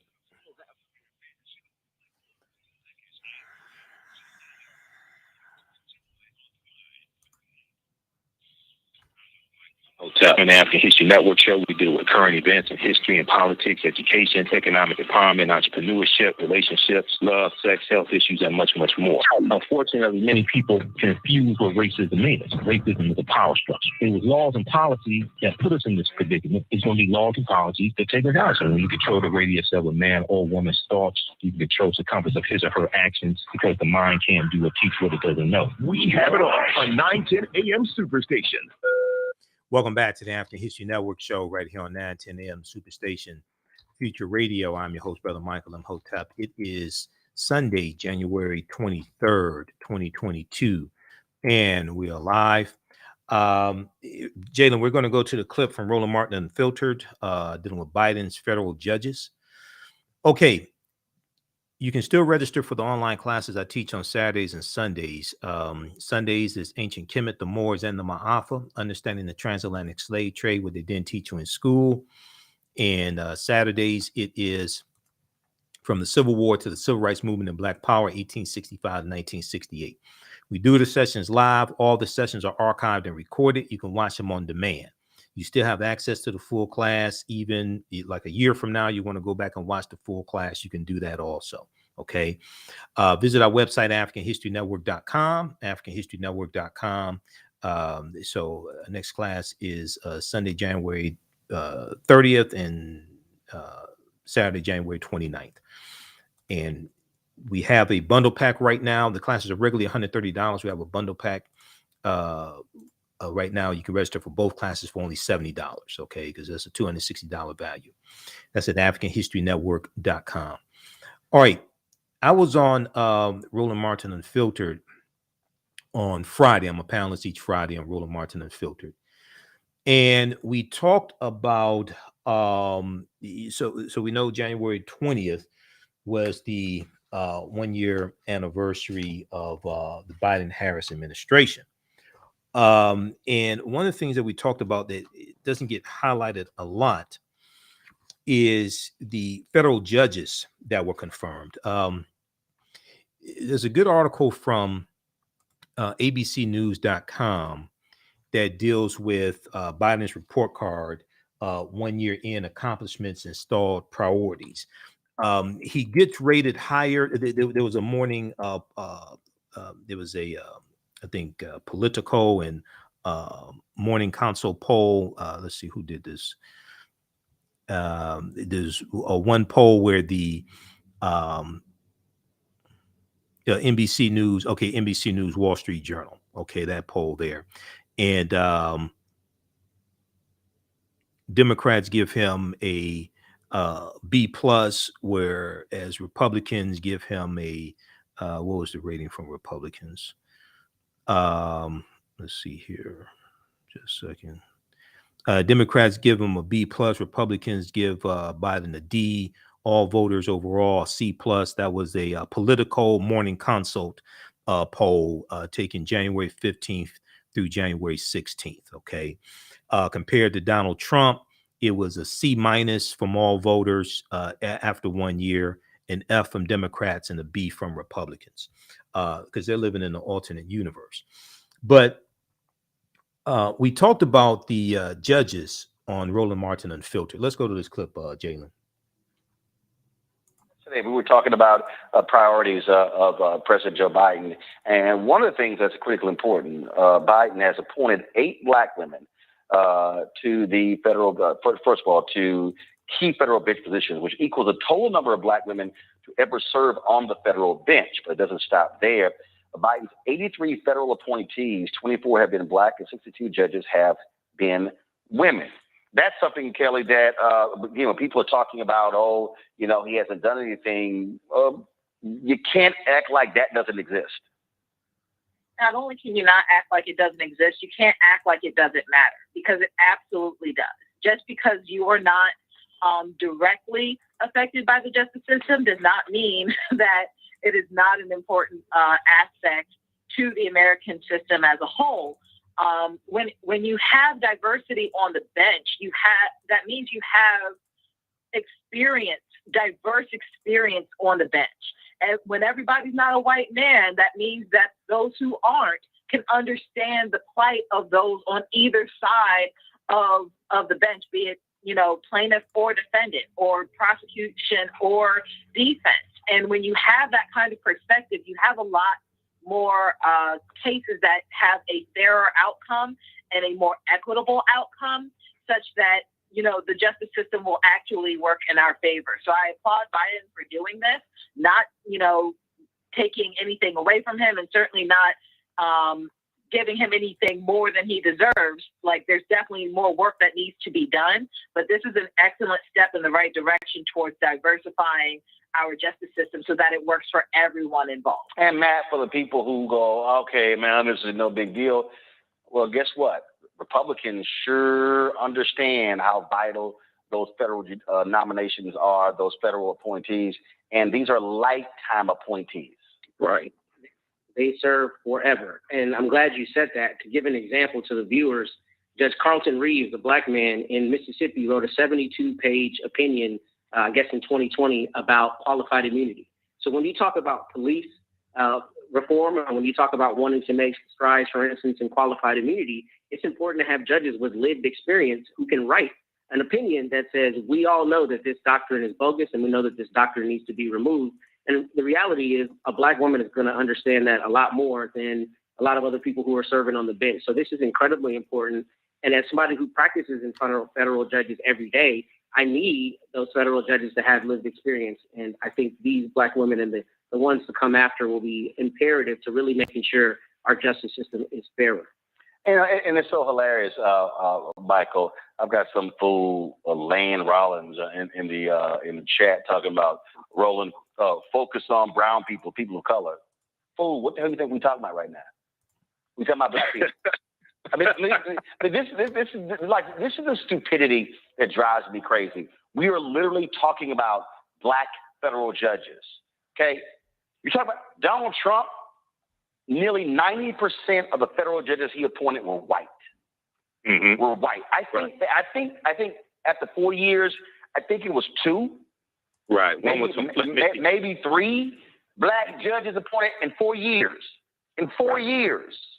Out of 226. Out of 226. In 1 year, Biden has named 24 black judges. 8 of them women. Roland, this is a perfect example of how oftentimes the talking points that African Americans get from social media, one, they don't understand. 2, they don't understand things like this and why this is so important. These are lifetime appointments. Donald Trump nominated about either 1/4 or 1/3 of the federal judges, and then 3 Supreme Court judges with the help of Mitch McConnell. 25%. 25%. You got about 800. You got about 800 or so federal judges. You also have those who are retired who still hear cases. He appointed 25% of the entire federal judiciary. In fact, the Ninth Circuit Court of Appeals, which is considered the most liberal, they now have a majority conservative on the Ninth Circuit. Right. Exactly. And then if you look at somebody like Mara Selby out of who was up for Seventh Circuit Court of Appeals that is also over Chicago, she was nominated by President Barack Obama in 2016. Her nomination was blocked by Mitch McConnell. They did not give her a hearing, okay, just like they did Merrick Garland. Then when Donald Trump became president, who did they fill her seat with? They filled her seat with Amy Coney Barrett, which then put Amy Coney Barrett on the trajectory to get pushed through to the U.S. Supreme Court.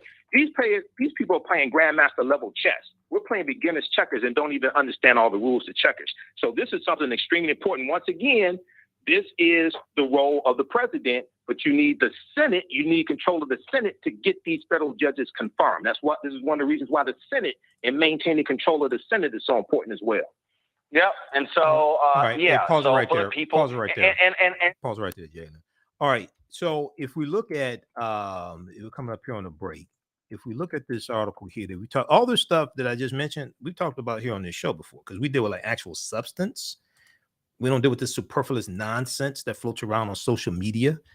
News1.com, October 13th, 2020. I posted this article on my Facebook fan page as well. Never forget, Myra Selby is the black woman judge whose court seat was stolen for Amy Coney Barrett. Myra Selby was nominated by President Barack Obama for the Seventh Circuit Court of Appeals in 2016. Her nomination was blocked in the Senate because Democrats lost control of the Senate in 2014. It was blocked by Mitch McConnell, and she was not even given a hearing. She was not given a hearing, just like they did Merrick Garland. Okay, so read this article here. This deals with Judge Myra Selby, and I think do they have a picture of her here? Yeah, Myra. This is Judge Myra Selby right here, whose Senate seat, whose federal judgeship was stolen by Amy Coney Barrett. We don't even understand. We don't understand that we don't understand. Okay, so read this one here from news1.com, and then there was this piece right here, how Trump compares with other recent judges in appointing federal judges. Because when I was on Roland's show, he started having he has callers call in on Fridays, and somebody asked where did I get the information from dealing with the federal judges. Pew Research Center, because I do research about 10, 12 hours a day. Pew Research Center, how Trump compares with other recent presidents in appointing federal judges, January 13th, 2021. You know, because we know we're on the air daily, and then I do Roland Martin's show on Friday. So I spend the majority of my day doing research. And it deals right here, Donald Trump, 226 federal judges. Okay, so check this out. We'll be back in a few minutes. I'm Michael Imhotep, the African History Network show. We'll be back in a few minutes. 9:10 a.m. Superstation WFDF. Stand by.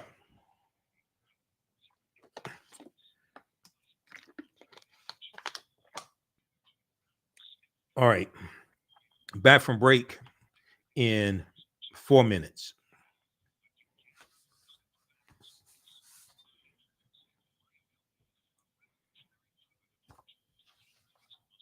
Oh, this is a short segment.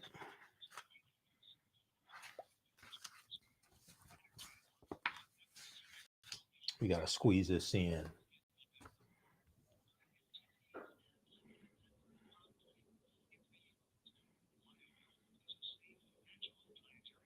Back from break in 4 minutes.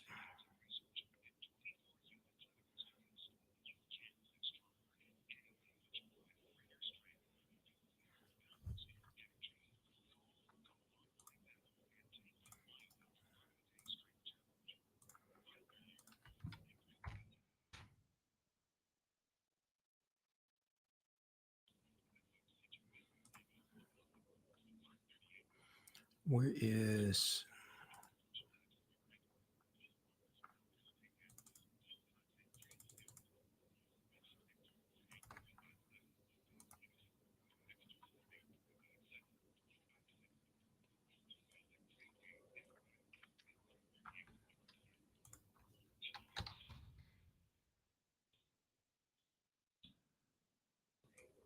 Back from break in 2 minutes. Stand by.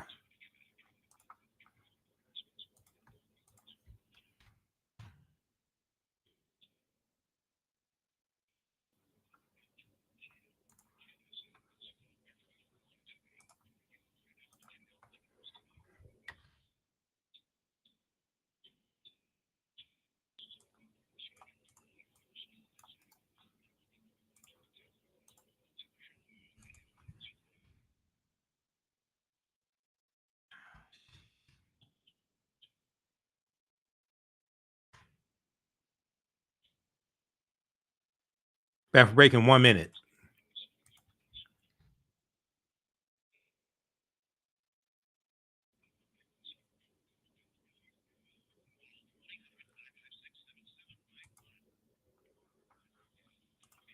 Stand by.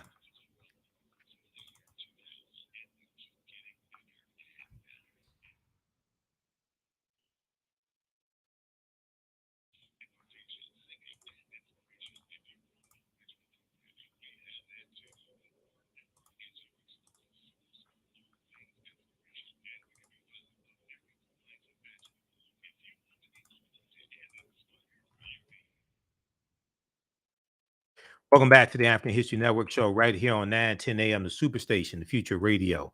I'm your host, Brother Michael Imhotep. Okay, so I want to go to this next story here very quickly.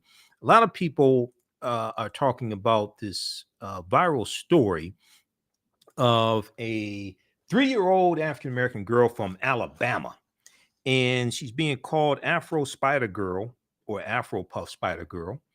There's a good article from thegrio.com about her as well. Alabama girl goes viral for Afro Spider-Girl birthday photos. Okay, Alabama girl goes viral for Afro Spider-Girl birthday photos. And the little girl's name is Rose. She just turned 3 years old. Her mother, Diamond Jackson, owns her own photography business, celebrated her daughter Rose's 3rd birthday with a Spider-Girl themed photo shoot. What the proud mother did not anticipate was the overwhelming response. On social media after she shared several of the photos online. According to WKRG, there in Alabama, Diamond Jackson said, "I've had photos go viral before, but not like this. This one is different. I did not expect this all." Now, the ladies at CW39 in Houston, Texas, did a story on this also. So let's go to this clip, Jalen. The past few weeks, the internet has been buzzing over the new Spider-Man movie. But who needs Spider-Man when you could have Spider-Girl? Check this out. This is little Rose. She is now viral after her mom posted these amazing pictures. Her mother, Diamond Jackson, owns her own photography business in Alabama and says her daughter wanted to be Spider-Girl for her 3rd birthday party.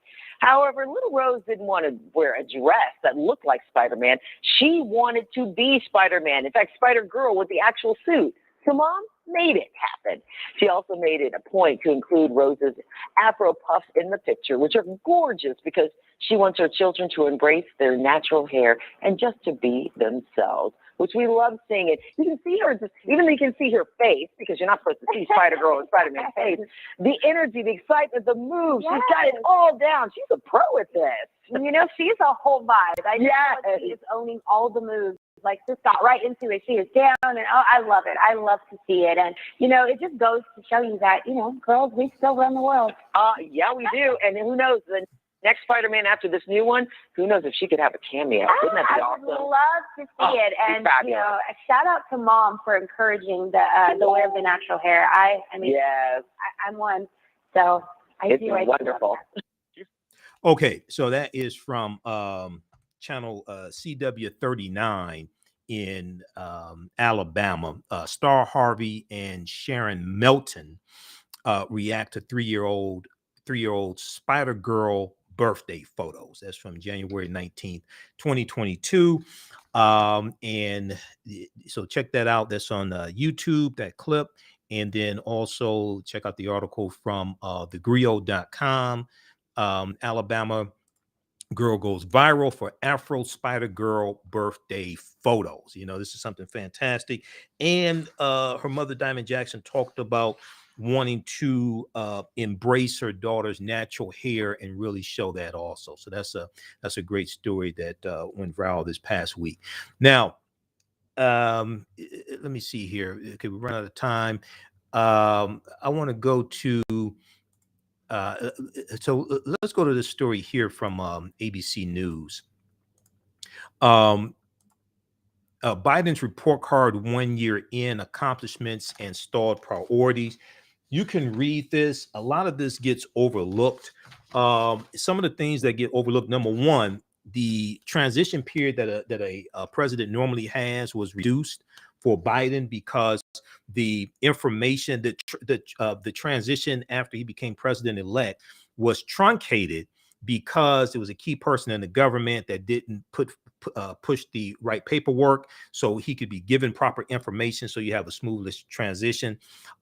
Two, when they took over, when they took over and he was sworn in January 20th, they quickly found out that there was not a plan in action to actually get the vaccines distributed to the final destination to actually get them, get people vaccinated. There was vaccines were produced, but that infrastructure to actually distribute the vaccines and get people vaccinated, the Biden administration had to create. 3, they were sworn in January 20th, 2021, which was 14 days after a attempted insurrection incited by the outgoing president. All right. So just a few quick things here to note. So they talk about COVID-19 on COVID shift to science gives way to reactive policies. They talk about the $1.9 trillion American Rescue Plan that was passed. That was in March 2021. And they really should be talking about this more and what was in the plan, the $46.5 billion to keep people in their houses, rental assistance for renters and landlords, the money for schools, for better ventilation so schools can open back up, dealing with COVID. The in addition to the stimulus checks, the loans to small businesses to help small businesses stay open so they can employ people. 63% of Americans are now fully vaccinated, and nearly all schools have in-person instruction. We know about 95% of schools are open now, which was much different than a year ago. So you can read the rest of this here, and they have they have a comparison 1 year ago. Initial unemployment claims 812,000. Is actually 812,000 a month compared to initial unemployment claims 210,000. Unemployment rate a year ago 6.4%, today 3.9%. Jobs created, they had lost 9.4 million jobs when Biden Harris took the oath of office. 6.4 million jobs have been created this past year. We know the African American unemployment rate is twice as high as basically the overall unemployment rate or the white unemployment rate as well. Now, they go on and talk about legislative priorities that have stalled. So we know the $1.9 trillion American Rescue Plan has passed, the $1.2 trillion infrastructure plan as well. Build Back Better has stalled. Now, Joe Manchin is saying he's open to talking about Build Back Better again and putting together something. The House should have jumped on a $1.8 trillion framework that Manchin sent to the White House, because they could have gotten something passed. Okay, they could have gotten something passed. They didn't take Manchin for his word. They could have gotten something passed. We'll talk about this on Monday's show. Now, there are then also we know that the George Floyd Justice and Policing Act that passed the House of Representatives March 2021 by a vote of 220 to 212. We know that stalled in the Senate. Biden is looking at what he can do through executive orders. There's a piece from NBC News dealing with this that came out a few days ago. Biden plans executive action on police reform to revive stalled issue. Okay, and this is from January 13th, 2022. So read that article. We'll talk about that some more this week. This one right here from the from whitehouse.gov. This is something that oftentimes gets left out. This deals with the $5.8 billion, the $5.8 billion that HBCUs got. Okay. And this is at whitehouse.gov. The name of this from the fact sheet, December 17, 2021, the Biden-Harris administration's historic investments and support for historically Black colleges and universities. And HBCUs got $5.8 billion in the first year from the Biden-Harris administration. All right, we're out of time here at 9:10 a.m. Superstation. Right now, it's correct wrong behavior. It's not over till we win. Wakanda forever. I'm Michael Imhotep, the African History Network show. We'll talk to you next time. Peace. All right, stand by. Okay. All right, everybody. Okay, so this, check this out here, because I hear a whole lot of people talking, but oftentimes they're not dealing with facts. December 17th, 2021. How many people knew this? HBCUs got a historic amount of money from the Biden-Harris administration. Since January 2021, the Biden-Harris administration has delivered a historic $5.8 billion with a B cumulative investment in and support for HBCUs. There was $3.7 billion in the American Rescue Plan. Now, keep in mind, one of the reasons why Democrats need to keep talking about the American Rescue Plan is it was monumental. One, two, no Republicans voted in the House or the Senate for the bill. This is one of the reasons why they need to keep talking about it. There was $3.7 billion in relief funding to HBCUs in January 2021 alone from the American Rescue Plan. These emergency grants were funded directly to HBCUs from the Department of Education and have helped HBCUs and their students mitigate the negative impact of the pandemic on students' educational attainment. They have helped institutions support students' ability to meet basic needs, target resources to students with the greatest needs, support campus operations, staffing, teaching, and educational programs, and keep campus communities safe by preventing and mitigating the spread of COVID-19. Then there was $1.6 billion that HBCUs also got in 2021. The Department of Education discharged approximately $1.6 billion of debt from loans provided to HBCUs for capital improvements through the department's HBCU Capital Financing Program. The action resulted in debt relief to 45 HBCUs, 13 public institutions, and 32 private institutions early this year.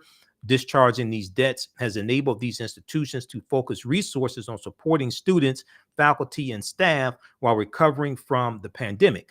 Then there was $500 million between July of 2021 and August of 2021 in grant funding that HBCUs received as well under the Biden-Harris administration. The Department of Education awarded more than $500 million in grant funding to HBCUs for academic capacity building and fiscal stability. Who's explaining this to you? Who? Has anybody told you this before? Read this. This is at whitehouse.gov. There's a ton of information at whitehouse.gov. I don't know why a lot of people don't go there for information. I mean, I don't understand that. Read this one also, NBCnews.com. Biden plans executive action on police reform to revive stalled issue. Okay. And George Floyd Justice and Policing Act. Now, first of all, number one,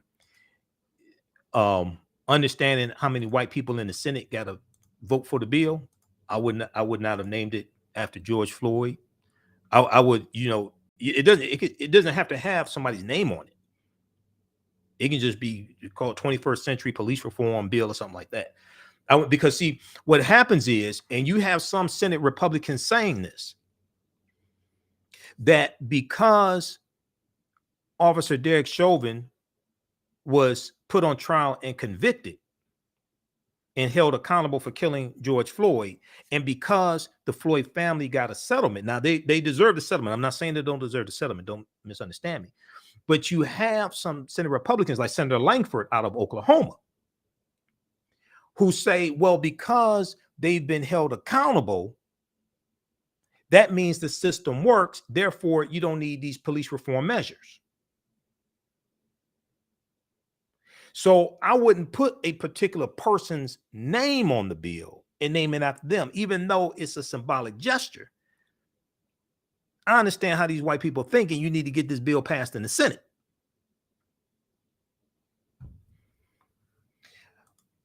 So read this right here. Now, Manchin is signaling that he is open to discussing Build Back Better and his version of it. And once again, see, in the House, they made a mistake of putting back into Build Back Better, the House version, putting back into it the child tax credit and paid family leave after Manchin already basically said he wasn't going to vote for that. They should have taken it out, sent it to the Senate, got it passed, put that in a separate bill, and try to get it passed separately, because Manchin already said he's not going to vote for it. So as it is now, you don't have anything. Now, so a lot of progressives in the House really mean well. and they're doing good things. A lot of them really mean well, but they don't understand how to negotiate. There was a piece from the Washington Post from about January 8th that dealt with the framework. There's a $1.8 trillion framework that Manchin sent to the White House and said, this is what I'll vote for. You should have taken him at his word. Got it passed before you went on Christmas recess. Come back, put child tax credit in the separate bill, because one of the things that Manchin was saying is that he didn't think the child tax credit should go in this bill because they're passing the Build Back Better plan, the $2 trillion Build Back Better plan, through the budget reconciliation process, which only requires 51 votes. So Vice President Kamala Harris would be the top-ranking vote. He said child tax credit should be in a standalone bill, and he thinks you can get some Republicans to vote for it. They should have done that. As it stands now, they didn't get anything passed as far as this Build Back Better bill. Now, they got the American Rescue Plan passed through the budget reconciliation process. That was March 2021. No Republicans in the House or the Senate voted for the bill. They got the infrastructure bill passed. That was a bipartisan bill. 19 Republicans in the Senate voted for the bill out of 50 Republicans. Only 13 Republicans in the House voted for the bill out of 212 Republicans. Manchin says he's now ready to talk. Can Democrats sell him on new Build Back Better? Okay. But they should have gone with the framework he already submitted to the White House and said, this is what I'll vote for. I want to try to pull that piece up from a Washington Post, because it broke it down. It was from January 8th, 2022. This right here. And the talks broke down, and whatever you think of Manchin, you still need his vote to get this stuff passed. Unless you can convince a Republican to vote for it. I don't know who you're going to talk to, because none of them voted for this stuff previously. So who you going to get? It is what it is. You're dealing with a 50-50 slim majority in the Senate. It is what it is. Learn how to negotiate, get this stuff passed. This one right here. Very few people are talking about this. Manchin's $1.8 trillion spending offer appears no longer to be on the table. The West Virginia Democrat who has consulted Mitt Romney of Utah, and Trump's former economic advisor, had backed climate and education spending, but talks are now on ice. Because this is from January 8th, 2022. They should have taken him at his word, passed the $1.8 trillion bill that he said he would vote for, put the other stuff in separate bills and try to get it passed separately. The week before Christmas, Senator Joe Manchin sent to the White House. Now, how many people know this? The week before Christmas, Senator Joe Manchin sent to the White House a $1.8 trillion counter offer to President Biden's Build Back Better agenda that included substantial funds for climate, healthcare, and education initiatives. About 4 weeks later, the West Virginia Democrat has made clear that he does not currently support advancing even that offer, following a breakdown in negotiations between Manchin and the White House right before Christmas, 3 people with knowledge of the matter said. Manchin said publicly this week, now this was early January of 2022. Manchin said publicly this week that he was no longer involved in talks with the White House over the economic package. Privately, he has also made clear that he is not interested in approving legislation resembling Biden's Build Back Better package, and that Democrats should fundamentally rethink their approach. Senior Democrats said they do not believe Manchin would support his offer, even if the White House tried adopting it in full. Okay, senior Democrats said they do not believe Manchin would support his offer, even if the White House tried adopting it in full, at least not at the moment, following the fallout in mid-December. They should have taken Manchin at his word, passed the framework that he said he would vote for, because you're not going to get any Republicans to vote for it. They could have done that and got it passed before they went on Christmas break. The people spoke on the condition of anonymity to discuss private conversations. Negotiations deteriorated quickly in December after the White House news release named Manchin as the obstacle to passing legislation. He already told them what he would vote for. He already sent them the framework. This is what I'll vote for. You should have passed it.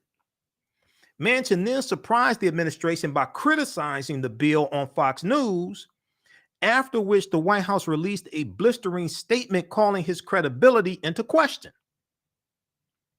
Manchin, who has drawn protesters' ire because of his opposition to the legislation, later said the decision to name him in the news release imperiled the safety of his family. But see,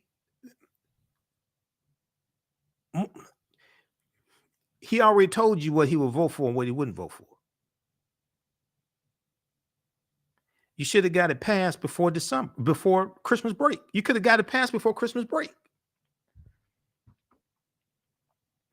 The White House has continued to project the optimism that it will eventually secure Manchin's vote and approval of a major economic plan by Congress.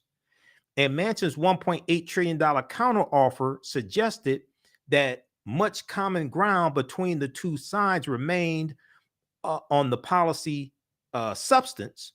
He said in recent days that he supports much of the administration's climate agenda, for example. Read the rest of this, okay? So, because what happened, the House put child tax credit and paid family leave back into the House version of Build Back Better, passed it, then sent it over to the Senate after Manchin said he wasn't going to vote for it. And after Manchin sent to the White House what he said he'd vote for.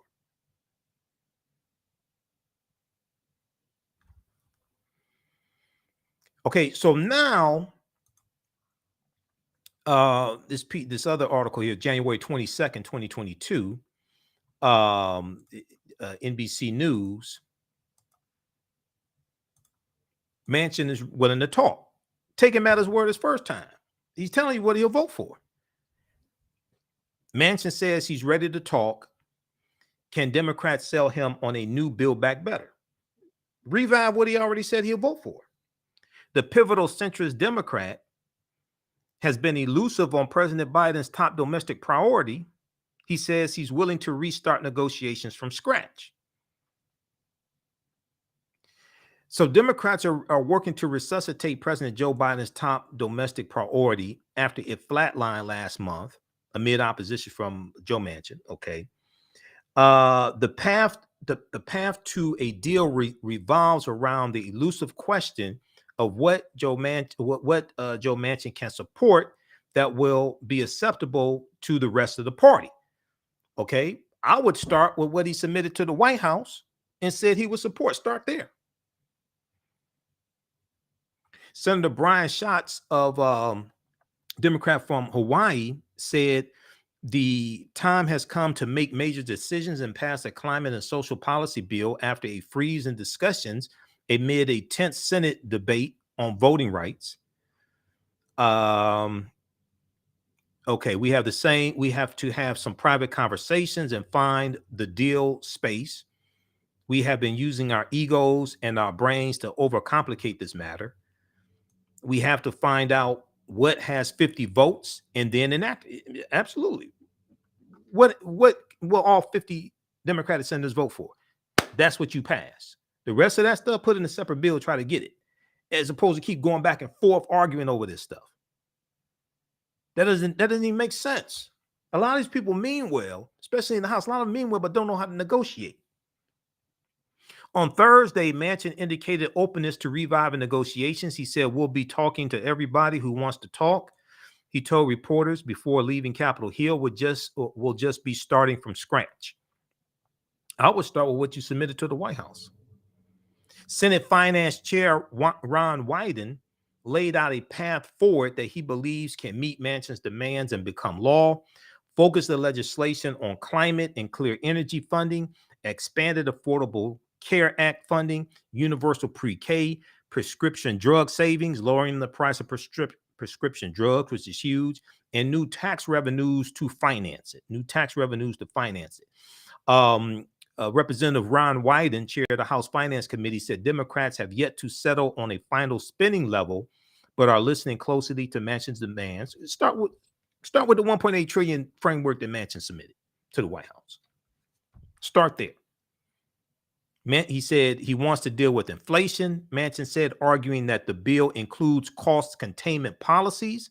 He said Manchin, quote, feels very strongly, end quote, that new programs be set up and funded for a full 10 years. Quote, we are going to try as hard as we can to make these permanent, end quote. Read the rest of this here. They need some people like know how to negotiate. So read that one. Now there's another article, there's another piece here, and this is from CNN, because the article from Blavity mentioned, and it may be also in this one here from ABC News. They talk about executive orders on racial equity, and I don't hear a lot of people like discussing this. Maybe they forgot or something. I'm not really certain.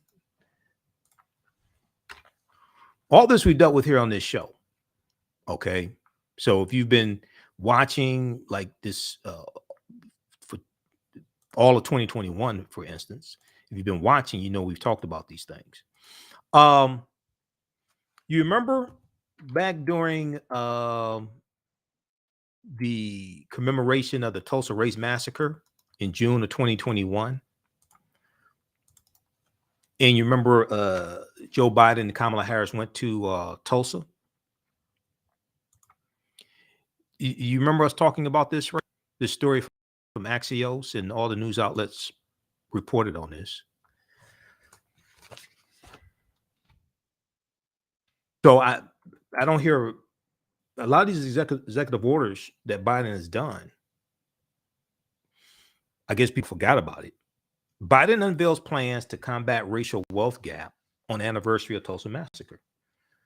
We talked about this here on this show when this article came out. This is from June 1st, 2021. June 1st, 2021. How many people remember this? President Biden will announce new actions on Tuesday in June 2021, aimed at closing the racial wealth gap as he commemorates the 100th anniversary of the Tulsa race massacre. He talked about this when he went to Tulsa and did the press conference, and did the speech there. He talked about these executive orders. Biden will unveil the policies during a visit to Tulsa. Okay. The president would Greenwood, Biden would deliver. The initiatives will target home ownership and business ownership.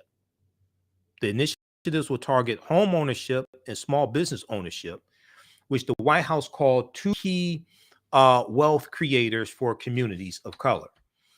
Quote, because disparities in wealth compound like an interest rate, the disinvestment in Black families in Tulsa and across the country throughout our history is still felt sharply today, the White House said in a statement.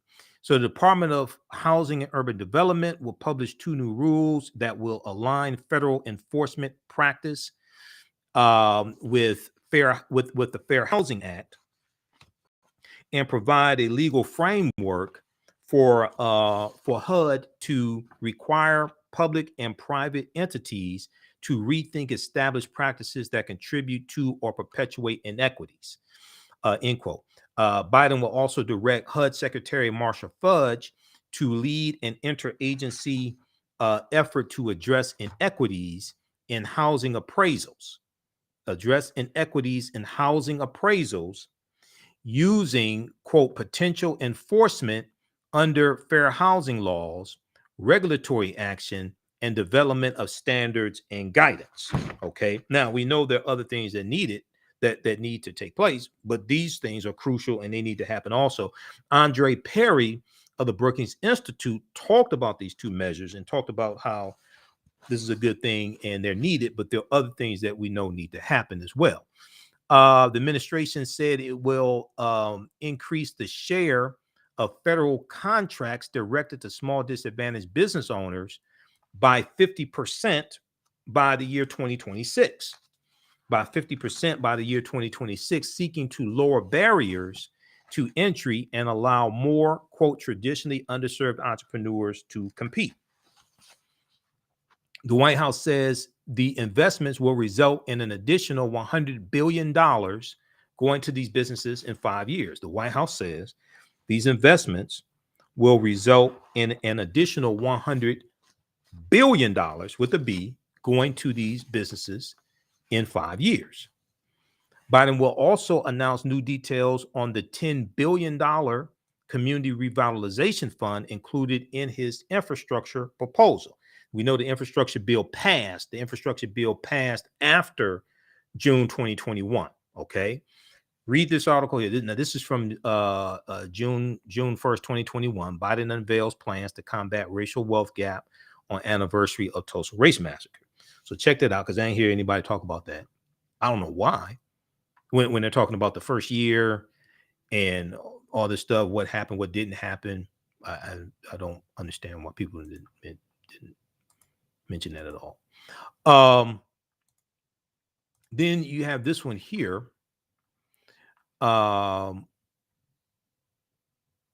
January 26, 2021, because there were 10 executive orders that were done on day one in January 20th, 2021. There were 10 executive orders that were signed on that day. And this, let's see, do we have that executive order dealing with racial equity? Do we have that up? Well, that was one of them. That was from on the first day. You go to whitehouse.gov and check it out. It's time to act. Biden moves to address racial inequity. This is from January 26, 2021, after 6 days after being sworn into office. The President Joe Biden signed a series of executive actions revolving around racial equity policy on Tuesday, focusing on non-discrimination policy, prison reform, and public housing, saying it's time to act.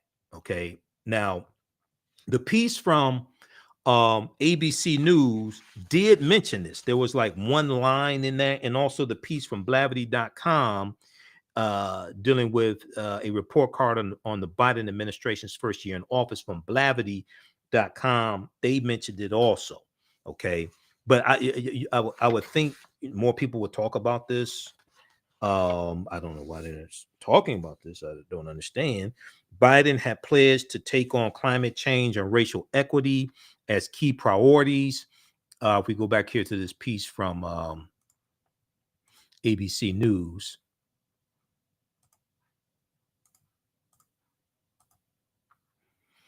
Biden had pledged to take on climate change and racial equity as key priorities. And while he has signed executive orders aimed at both, legislative pushes, climate action in the Build Back Better bill, and police reform measures have failed to garner bipartisan support, despite Biden's pledge to soften political divisions, because Republicans are recalcitrant and they're not going to vote for any of this stuff. So you're going to have to build back better on your own. You're not going to get any help from Republicans to build back better or do police reform or any of this other stuff. If Tim Scott is not supporting police reform measures and he's black, and he's been on the Senate floor a number of times talking about being stopped by police for speeding, if he ain't going to vote for this stuff, you know the other one's not going to vote for it. So read this here from ABC News, January 19, 2022, Biden's report card, 1 year in, accomplishments and stalled priorities. So you, in year two, you build on what you accomplished in year one, break through the obstructions. That's why we have to continue to push for the voting rights bills to be passed, however you can get them passed, That's why we got to continue to push for the voting rights bills to get passed, and all this other stuff. Okay, you don't give up and go put your head in the sand for the next 3 years. That's ridiculous. Okay, you fight back if you got to break it up into 2 or 3 bills. You got to come back with another, because the George Floyd Justice and Policing Act, you need 10 Republicans to vote for the bill, period. Manchin and Sinema are not budging on filibuster reform. What that means is you need 10 Republicans to vote for the bill. Now, what bill can you put together dealing with police reform that you can get 10 Republicans in the Senate to vote for? You're going to get it passed in the House because of the structure of the House. And it's like 221 Democrats in the House, about 221. You're going to get it passed in the House. You got to get it passed in the Senate. What can you put together that you can get 10 Republicans in the Senate to vote for and all 50 Democrats to vote for? That's just the way it is, unless you don't want to get anything passed. Okay. So here, like we actually did with reality and facts and evidence. All right. If you like this type of information, you support the African History Network, $ the AHN Show through Cash App, $ the AHN Show through Cash App, also through PayPal, paypal.me/the AHN Show. African American business owners, email us at ahnshow@africanhistorynetwork.com, ahnshow@africanhistorynetwork.com. We'll let you know how you can advertise with the African History Network. Our current promotion, buy 1 month, get 2 months free. It's going on for a little while longer while we still have ad space. We have the information on the homepage of our website, also africanhistorynetwork.com. 3 new advertising packages. And let me see here. Also the 15 DVD bundle pack, the Black History Month, Michael Imhotep Black History Month 15 DVD bundle pack. It's available right now at africanhistorynetwork.com. Okay, that's on sale, $100. We'll post a link here for that. We have those shipping out this week as well. So that's 15 of my lectures, including one dealing with the history of African American History Month, Black History Month, and Dr. Carter G. Woodson. It's a deep presentation, but this is a 15 DVD bundle pack here, okay, at africanhistorynetwork.com. And we'll post a link here. Also, you can register for the online classes that I teach, and we have them on our website also. All right, let me post this here. Okay, we have to get out of here. Remember the African History Network. We focus on educating, empowering, and inspiring people of African descent throughout the diaspora and around the world, because right now it's correct wrong behaviors, not over till we win, Wakanda forever. We're